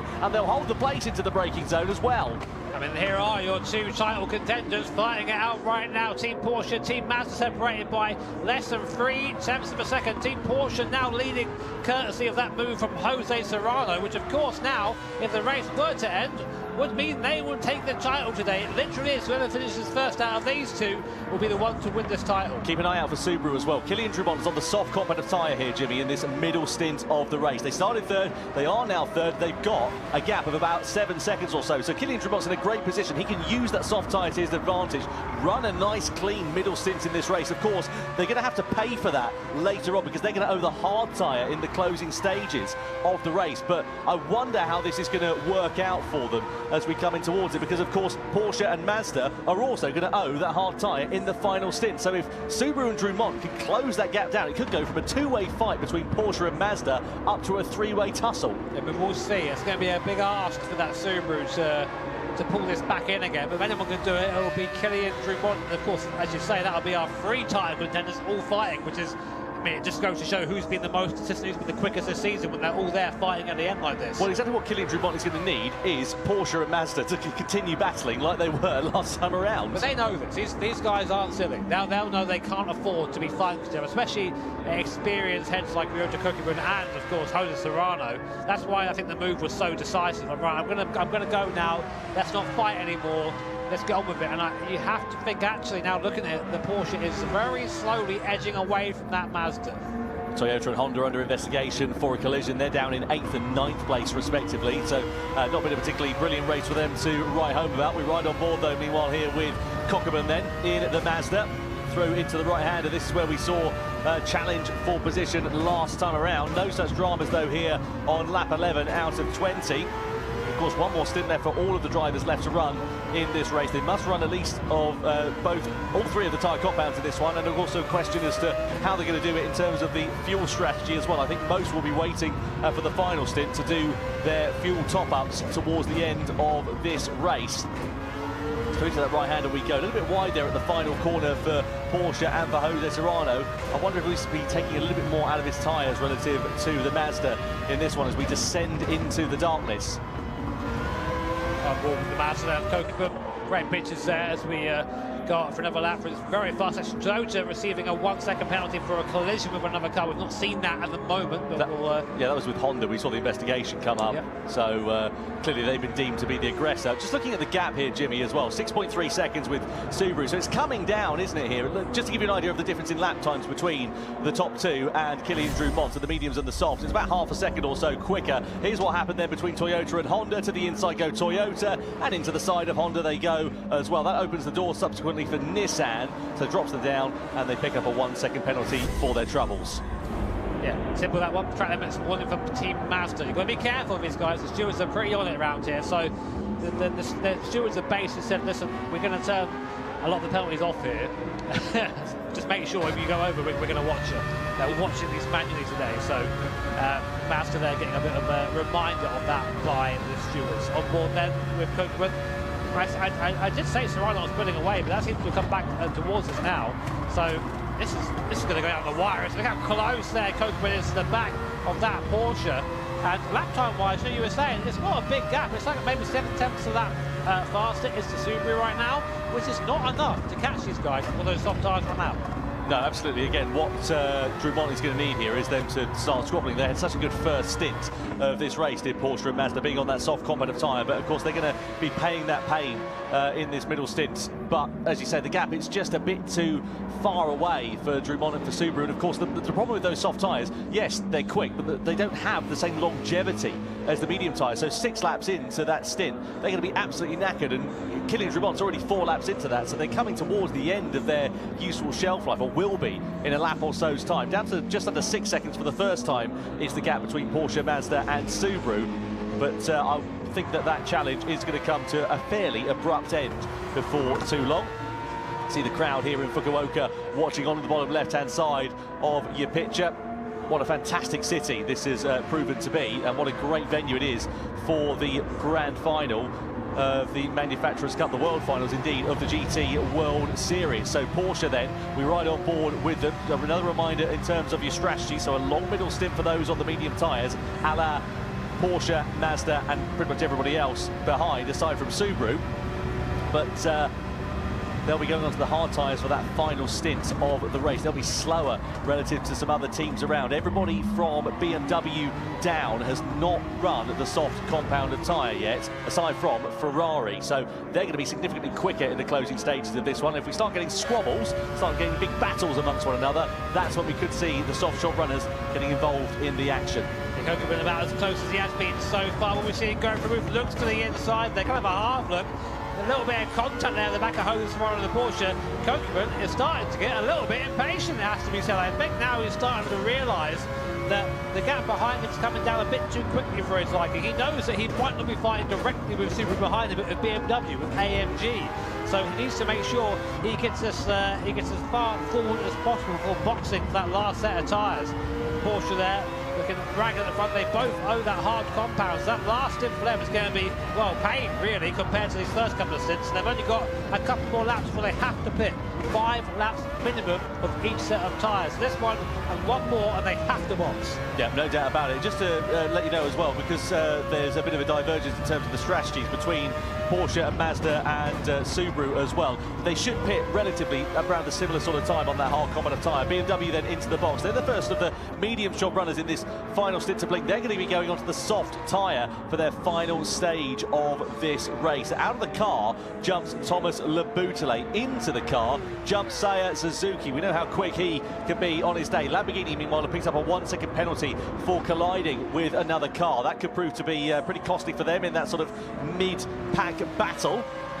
Meanwhile, the Porsche of Jose Serrano just doing exactly what he loves to do, leading from the front, not falling under pressure. Half a second is the advantage that they hold over Mazda for now, but they pick up a warning for track limits. We saw that with Mazda a couple of laps or so ago. The stewards just keeping a watching eye on things. They're not going to be happy at all if they do pick up some penalties as a result. And to be honest, it might even come down to that, you know, because Subaru, whilst they are a bit further behind, of course, it's a different strategy for them at the end, I think. So, one misplaced corner exit, turning in a little bit too early. That 0.5 second penalty could change everything. It has done in the past, it can do again. That's Kokeman, looks out. No! He's hit Serrano's round. That's huge. Porsche there, sideways. Kokeman into the back, and that's going to allow Team Subaru to come back into the fight. That's just changed everything there. As Kokeman gets it wrong, he gives the position back, but the damage is done there. And man, oh man, you saw him double guess that on the way in. He thought about it, then thought, yeah, he committed too late. far too late for that to work out, and that's cost them both about 3 seconds. Proper save, though, from Jose Serrano, if I may say so. Very well done. Great car control. And now we're going to start to see the final pit stops taking place as well. So Angelina Stroza is going to jump into that car next time around. No, it won't be Stroza. He started the race. Sorry, I beg your pardon. No, he's just, he's watching on. So it'll be Sato, won't it, for the final stint? You're absolutely right. Meanwhile, there are your live points rankings. So whoever wins this one will be winning this race. No further action. They deemed it a racing incident. I mean, I suppose you could look at it and say that, Cockburn, of course, he made a mistake, but he didn't gain anything as a result of that. It's as it was. He did, but Subaru did, and so did the rest of the field. So, yeah, I mean, what the steward say is final. AMG in now. Now another contenders race onto the soft compounder tyres goes the AMG. There is Karatza as well hopping in. Benelli onto the AMG, isn't he? So he's jumped into that one. Lanuza is out of the car. Nissan also into the box. Lexus as well. So now we're starting to see everybody else who's on the soft shod tyre. So they, of course, have been out of sequence relative to the front sort of top four, really, in this race. Because, of course, they started on the slower compounds of tyre, and I wonder if it might bring them back into contention. Meanwhile, Porsche versus Mazda at the sharp end of this one, and you're absolutely right, Jimmy. I mean, if you remember, the gap between Subaru and the top two was, what, 5.5 seconds or so. It's now down to under 4 seconds as a result of that contact that we saw last time around. So we're now coming into the final stages of this race. Out of the Porsche is going to get Jose Serrano. Into the car is going to go Shota Sato, and let's see what he is going to be able to do on that hard tyre in the final stages of this one. In terms of the Mazda as well, we're going to see we're going to see Samuel Cardinal in the car, aren't we, for the final stint? So let's see how it works out. See how close they are through this final stage as they come under the W Hotel and through that left-hander. And this surely is now going to be the final part of this one. Big wiggle there for Cockburn as he just gets a bit too greedy under the power as the tyres are now really starting to get away, and into the box they both come at the end of lap 15 for their final pit stop of 2025 in the Manufacturers' Cup. Yeah, slightly better box there from Mazda. Just a 10th gained anywhere is worth it, and now it's going to be a showdown.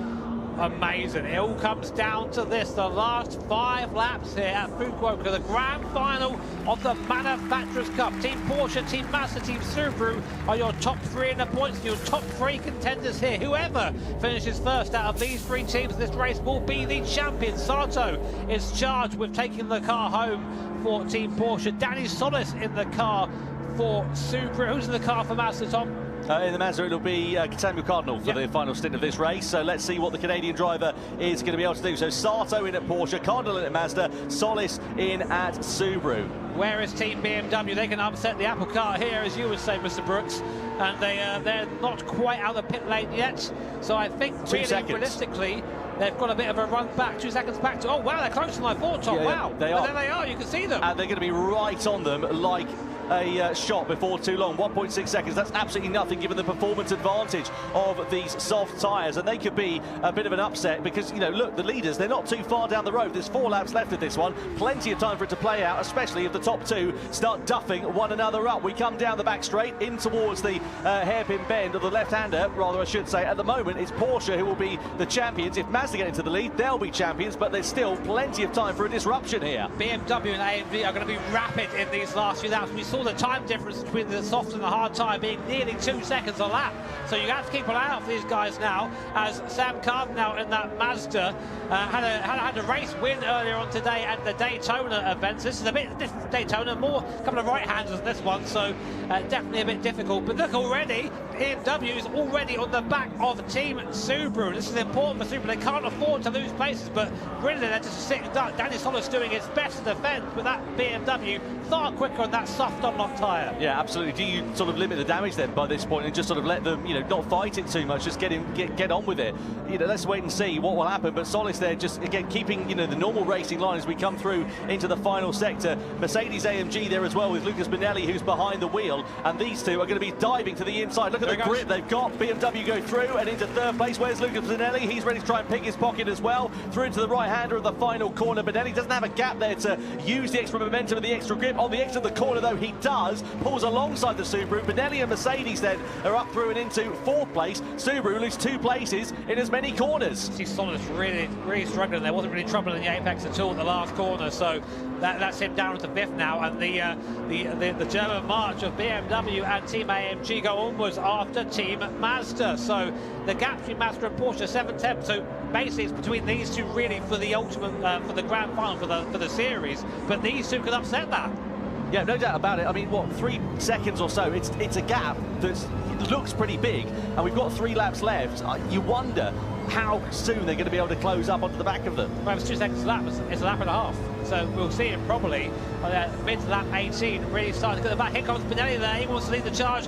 Through he goes up at the inside there, into the braking zone, up into third place. Goes Benelli in the AMG, past Seiya Suzuki in the BMW.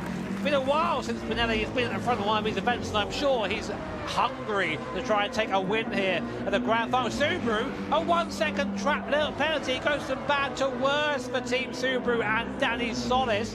That will put them into the clutches of Nissan. How far will Subaru drop? Well, Subaru are now out of contention for the overall victory in the Manufacturers' Cup. That's them done and dusted. You can pretty much count them out for it. Meanwhile, this is the effective battle for the race win in the grand final of the Manufacturers' Cup between Mercedes and between BMW. It'd be great for Mercedes. They need something to smile about after what has been a torrid couple of seasons in this championship. They came close to winning the Cup overall a few years ago, but that was ever such a distant memory now. And you can see them closing up onto the back. What is it now? 2.5 seconds. They've taken 1.5 seconds out over the course of this second and third sector alone.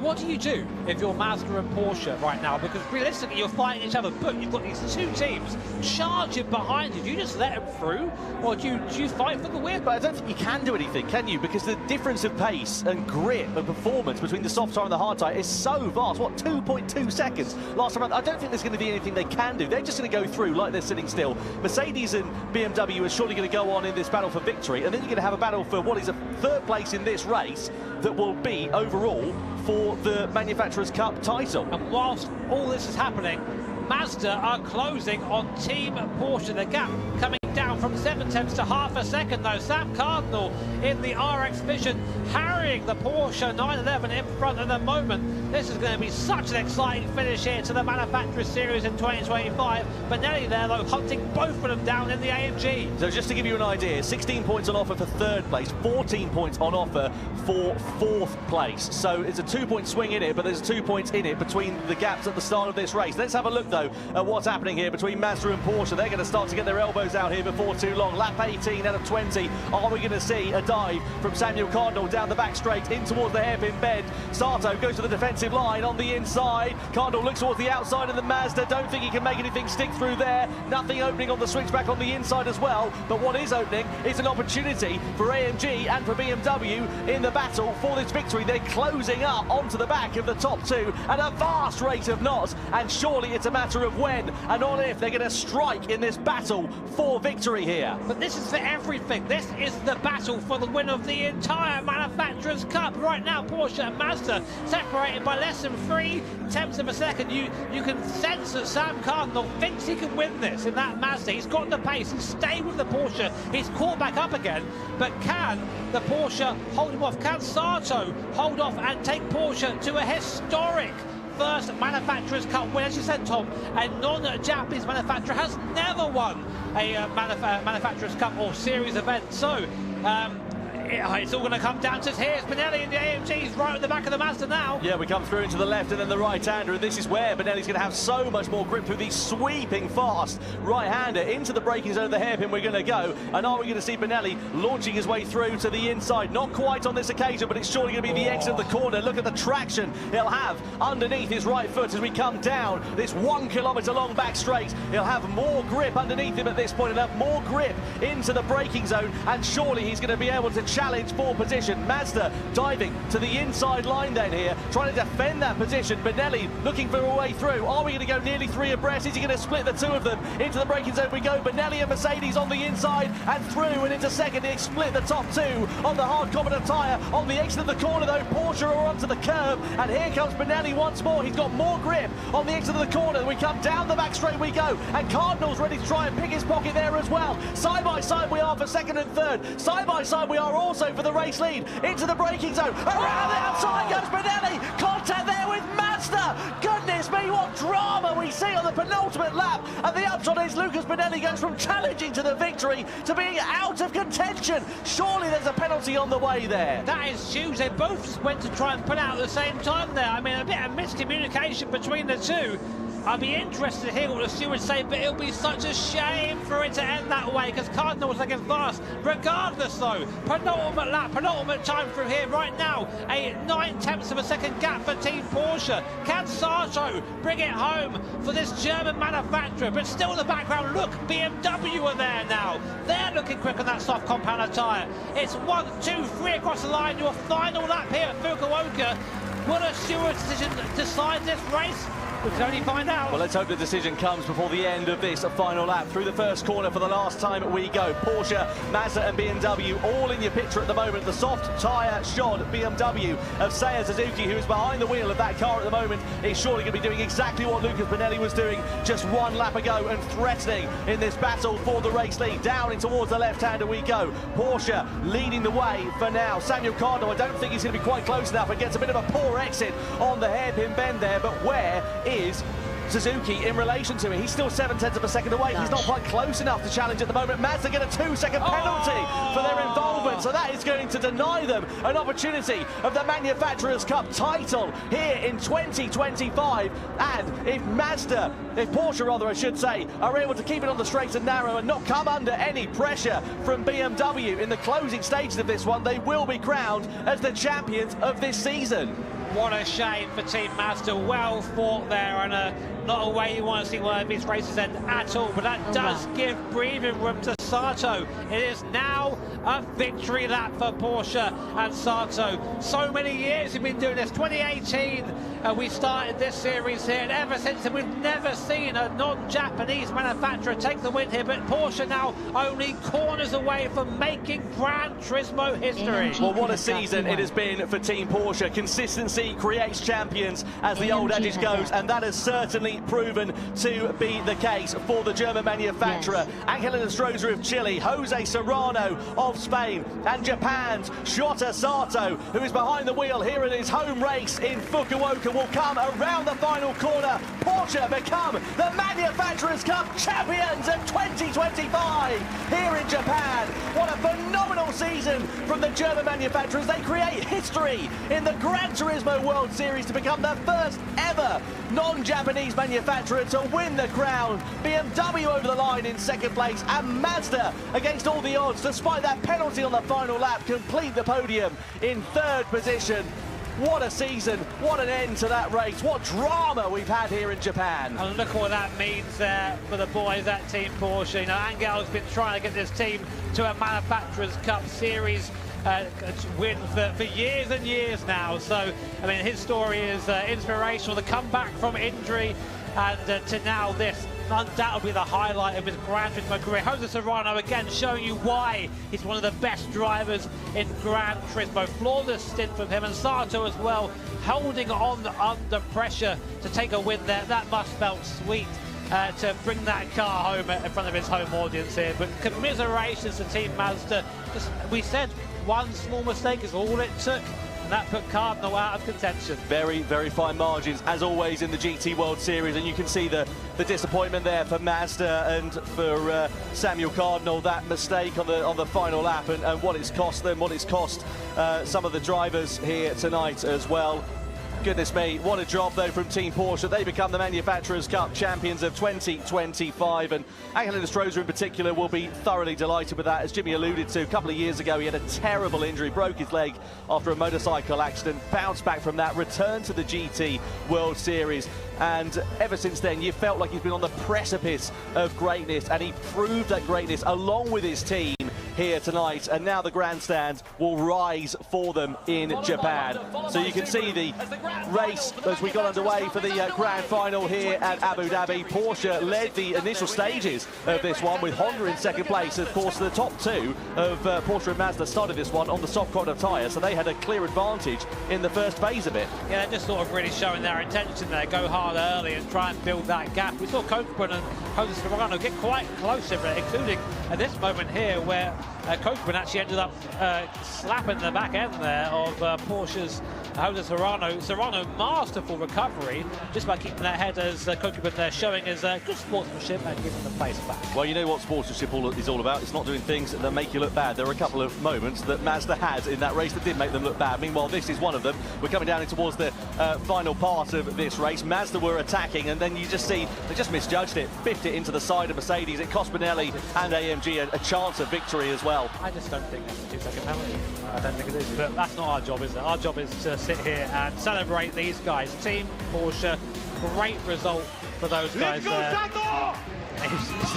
Angel and Sato's reaction there, a bit different. Very composed there from Sato, and in a stroke in the back, shouting down the mic at him. That's your confirmation then. Team Porsche taking the win in the Grand Final over BMW. Good result for there for BMW. What could have been for these guys? 4th overall eventually in the standings by my maths, but a real shame for those guys. Yeah, no doubt about it. An absolutely phenomenal job from Team Porsche. Confirmation of the results then. 10 points was the eventual advantage they would have when all is said and done. Mazda in 2nd place, Subaru on the podium in 3rd position there overall as well. Great job from that team, and well, they will be absolutely delighted with that one. No surprise at all. All the way further down the order, you can see Mercedes AMG, opportunity knocks for them. Such a disappointment at the end of that one. Let's catch up, though, with Team Porsche, Manufacturers' Cup champions of 2025. Yes, we are down on the floor with the winners. Team Porsche, how are you doing, guys? It feels good to the touch, right? Life is beautiful, I would say. Is life beautiful right now? Yeah, sure. What a day. What a day. You started 4th in the championship, and you finished 1st. Yeah, it's, I honestly have no word for now. I'm just happy. Yeah, that's it. I mean, thanks to my teammates, they did a phenomenal job. And, well, we are all champions, that's it. 4位で始まって今日ね1位で、いやもう言葉もないんですけども、チームメイトが素晴らしかった、ワールドチャンピオンになっちゃったよということでね、佐藤選手どうでした最後ね、かなり責任もあったと思うんですけども、so you had a lot of pressure for the final stint. How was it? まあ安間リーナを抑えるところを抑えたら意外と抜かれないサーキットなので、まあ自信はありました。In Yas Marina, if you just you have a couple of points that you need to defend, and if you defend that place, it's difficult to overtake, so he had confidence for that. Serrano, what was going on with Mazda where you had a little shifty around the corner? What happened there? And you held it together, though. We were all like, whoa, oh, saved. Yeah. Nice. When we had the contact, I thought, okay, we lose the championship, so... in the 1 second, you're like... Yeah, in 1 second, yeah. I nearly had a heart attack, that was stylishly done. マツダとのですね接触のところはですね、もう失うチャンピオンシップ失うと思ってですね、後ろではですねもう本当にね心臓が止まる思いだったということですけれども、なんとか守ることができたと。But he saved it. He saved the day. Yeah, it was really cool. Do you have anything that you would like to say to your fans behind you right now? What do you want to say? Arigato, Japan. No translation needed. Yeah, no translation needed for that one. Well, look, massive congratulations. You guys were so strong all day, and it really does come down to this final race. So you pleased with yourself? You're going to celebrate? Well, maybe not too much celebration. A little bit. A little bit, yeah. Chotto. Chotto ね。Chotto celebration. Chotto celebration. I'm learning one word a day in Japan. Okay. 今日も習った日本語ですけど、明日もあるんでちょっとだけお祝いかなというふうに言っていますけれどもね。いやでも本当に素晴らしいですね。One more big applause. Back to you, Tom and Jimmy.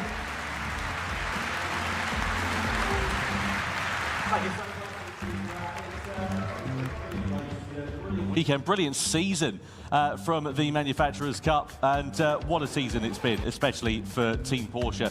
An amazing job, and just looked unfathomable, unfallible, sorry, I beg your pardon, under pressure at the end of that. Yeah, I mean, I got to admit, same as Serrano, when I saw that contact, I thought, oh, that's going to be that's going to be controversial. Kokubun did the right thing there, redressed that position there, but drama all the way to the end, and Yeah, I mean, I didn't think we'd ever see a non-Japanese manufacturer win this thing, given their heavy presence here, of course. But yeah, I mean, see Porsche do it, and especially for, you know, we've mentioned Angel before, but he's been a Porsche driver for as long as I can remember. He's always stayed with them for years and years and years. So for him, this must be extra sweet. Absolutely, and also, you know, for Jose Serrano, great job from him. He's on the precipice of greatness, also in the Manufacturers' Cup, could become a double champion here this weekend. And for Sato as well. Brilliant for him, especially in front of his home crowd here in Fukuoka. Yeah, there's got to be a pressure to that. You know, we talk about that a lot, about pressure. I mean, when you're doing this stuff at home and qualifying for these events, you're literally in your nice, lovely bedroom, you've got your cup of tea, whatever you've got there. But here, you have us idiots shouting over you. You've got a live crowd behind you, that guy with the crab mask, whatever it is behind you. Terrifying in the background. So there's a lot of pressure here. So to put off that performance with that pressure as well on circuit is fantastic. They are worthy champions. Absolutely, and you know, if you're Mazda in particular, obviously, you know, finishing second in the overall standings is a great job, but it's going to hurt for a little while. Don't forget, you can vote for your Dunlop driver of the day. Valerio Gallo, Jose Serrano, or Angel Nostroza are your options for that one. Who do you think has been the outlier in that? Who would you be voting for, Jimmy, if you had the option to? I mean, Gallo had a very impressive drive in that Sardinia race. I mean, somewhat anonymous, I think. Maybe the car not quite to his liking in the final. But that's part of the Manufacturers' Cup. It's a team game. It's not about one individual driver. Although saying that, pick your favourite driver. Nice and succinct and to the point. I like that one. Yeah, no, it really was a fantastic race there. And, you know, for Lucas Benelli, I mean, he recovered to 4th place at the checkered flag, but the contact, especially in that final lap, it was unfortunate is probably the best way of putting it. That's a certified Benelli moment, I think, where basically he does super well and then just gets taken out by someone, and he's like, cool, that happens to him every time. It's a real shame, but yeah, I mean, here are our suggestions for you for the driver of the day. Jose Serrano, Nostroza, of course, or Valerio Gallo. Make sure the car's your vote. Yeah, absolutely. And, you know, as we say, of course, there's an opportunity for revenge again next season, vengeance, whatever you want to call it. You know, for next year, if you look at Mazda, they're going to be disappointed with that. It's as close as they've come to taking the crown in the Manufacturers' Cup. And, you know, like, it's going to sting for a little while, especially for the drivers, all the effort and the hours that they put in. Do you know why? Because I think that Cardinal could have done that. I think he could have won that. I think he had the pace to do it, but unfortunately, just that incident with Benelli, that cost him the chance to do it. And I think it was just because, you know what, we're going to go full 4D in this one. Because they had that contact, they slowed each other down, and Benelli caught him at that part of the circuit, and that thing happened. Had there not been contact between Kokip and Jose Serrano, we could be congratulating Mazda right now. We certainly could be, but we're not. We're congratulating Porsche. There goes the 4D. Yeah, it's the way it works out sometimes in motor racing. You know, you've got to, of course, do everything you can, but you've got to also have a bit of good fortune. Yes. And unfortunately, fortune wasn't in their favour here today. And, you know, it is what it is, as a wise man once said. It is. Goodness me, yeah. I mean, Poker, of course. We've also got the Nations Cup to come here tomorrow. Yeah. A lot of the drivers that are competing in the Manufacturers' Cup here tonight are also going to be competing in that event. How do you then put a disappointment, say, for some of those drivers that have not had the best of evenings here tonight to then move forward and just focus on what's going on tomorrow? I mean, you kind of have no choice. This is part of the game. You know, you've got to try. The race ends, and then it's got to be dead to you. You know, now move on to the next one straight away. Because if you spend your time ruminating and thinking about, oh, what could I have done differently, you're never ever going to put yourself in a mindset where you can be competitive again. So, but these guys, they're pros. That's exactly what they do. So, I mean, Serrano, of course, is leading Nations Cup at the moment. That would be a nice double for him. Absolutely will. Well, anyway, enough of us talking and analysing the race. Let's get down to the podium ceremony then, shall we, here in Fukuoka. Oh. Time for the podium ceremony then to begin here in Japan, and what a season it has been in the Manufacturers' Cup in 2025. Third place, giving it your all for Team Subaru, for Danny Solis, for Kilian Drummond and Takuma Miyazono.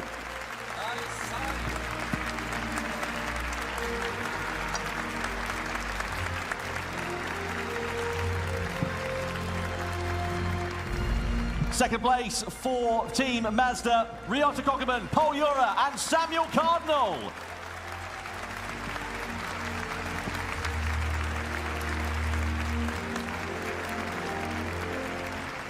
And now, ladies and gentlemen, the 2025 Manufacturers' Cup Champions of the World. Give it your all for Angel Nostroza, for Jose Serrano and for Shota Sato for Team Porsche.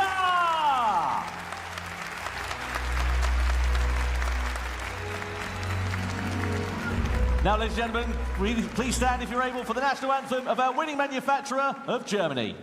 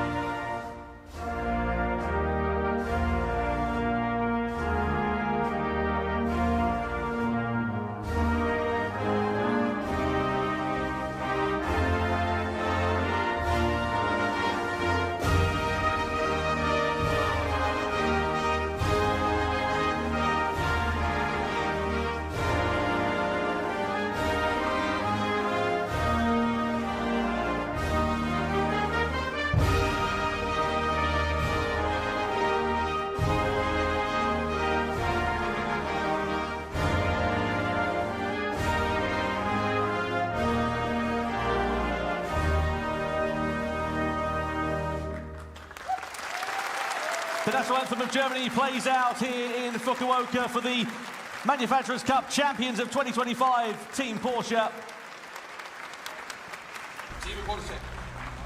Now time then for the trophies to be presented. Third place, Ikuyo Maeda for Mazda. Oh, sorry, I beg your pardon, for Masahiro Tuzaki for Sumitomo Rubber Industries, presenting the third place trophy awarded to Team Subaru.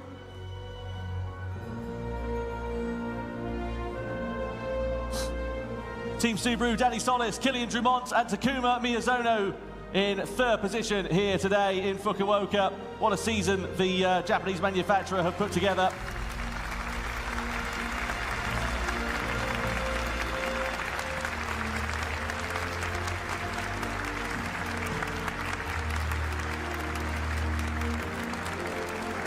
A huge round of applause here for the third place team of Team Subaru, for Danny Solis, for Kilian Drumont and for Takuma Miyazono.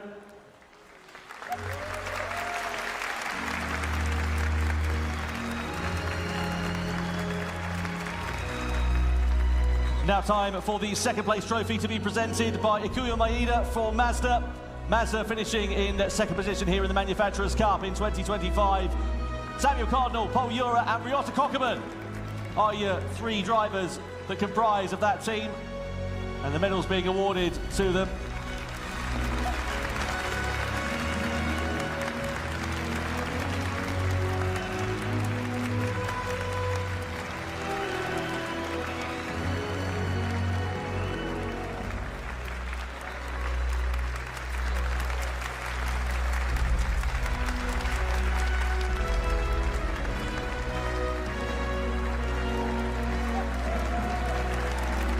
Second position for Team Mazda in the Manufacturers' Cup of 2025.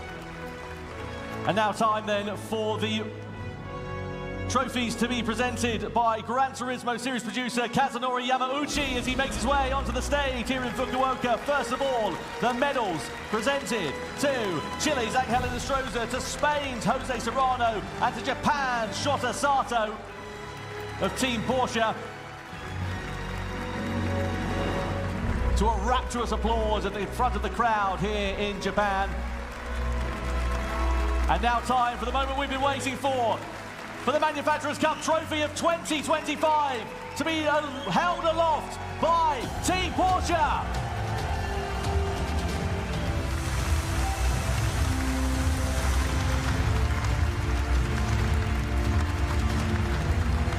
This way? This way. This way.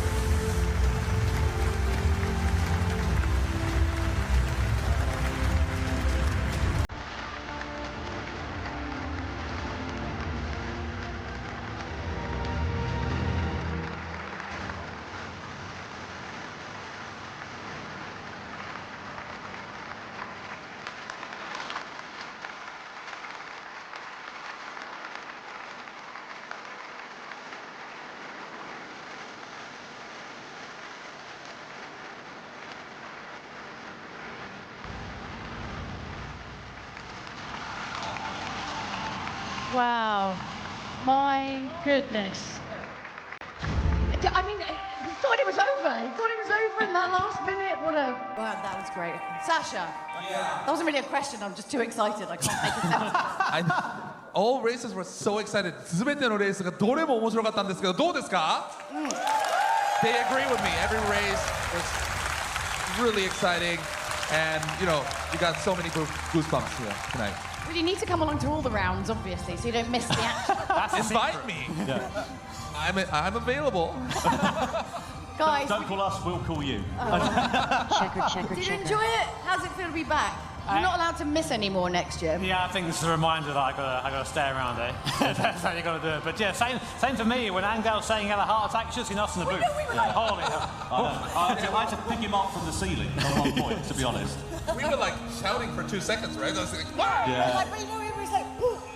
Like, don't move. It doesn't seem to matter what you do in the GT World Series. When all is said and done, you can't predict it. I mean, you know, honestly, if you were a crystal ball reader or doing tarot cards or something like that, it's pointless. Because it just, whatever happens, it turns on its head on a sixpence, doesn't it? Yeah. Good life lesson, you know?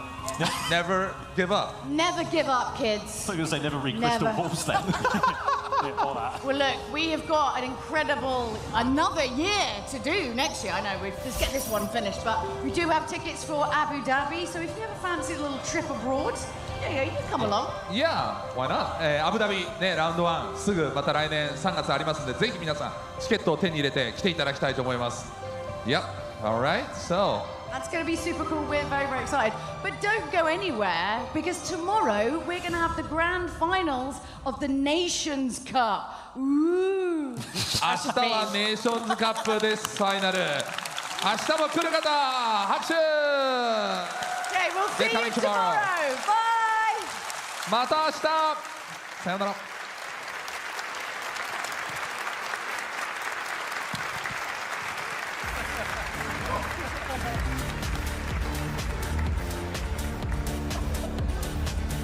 That's coming up quick.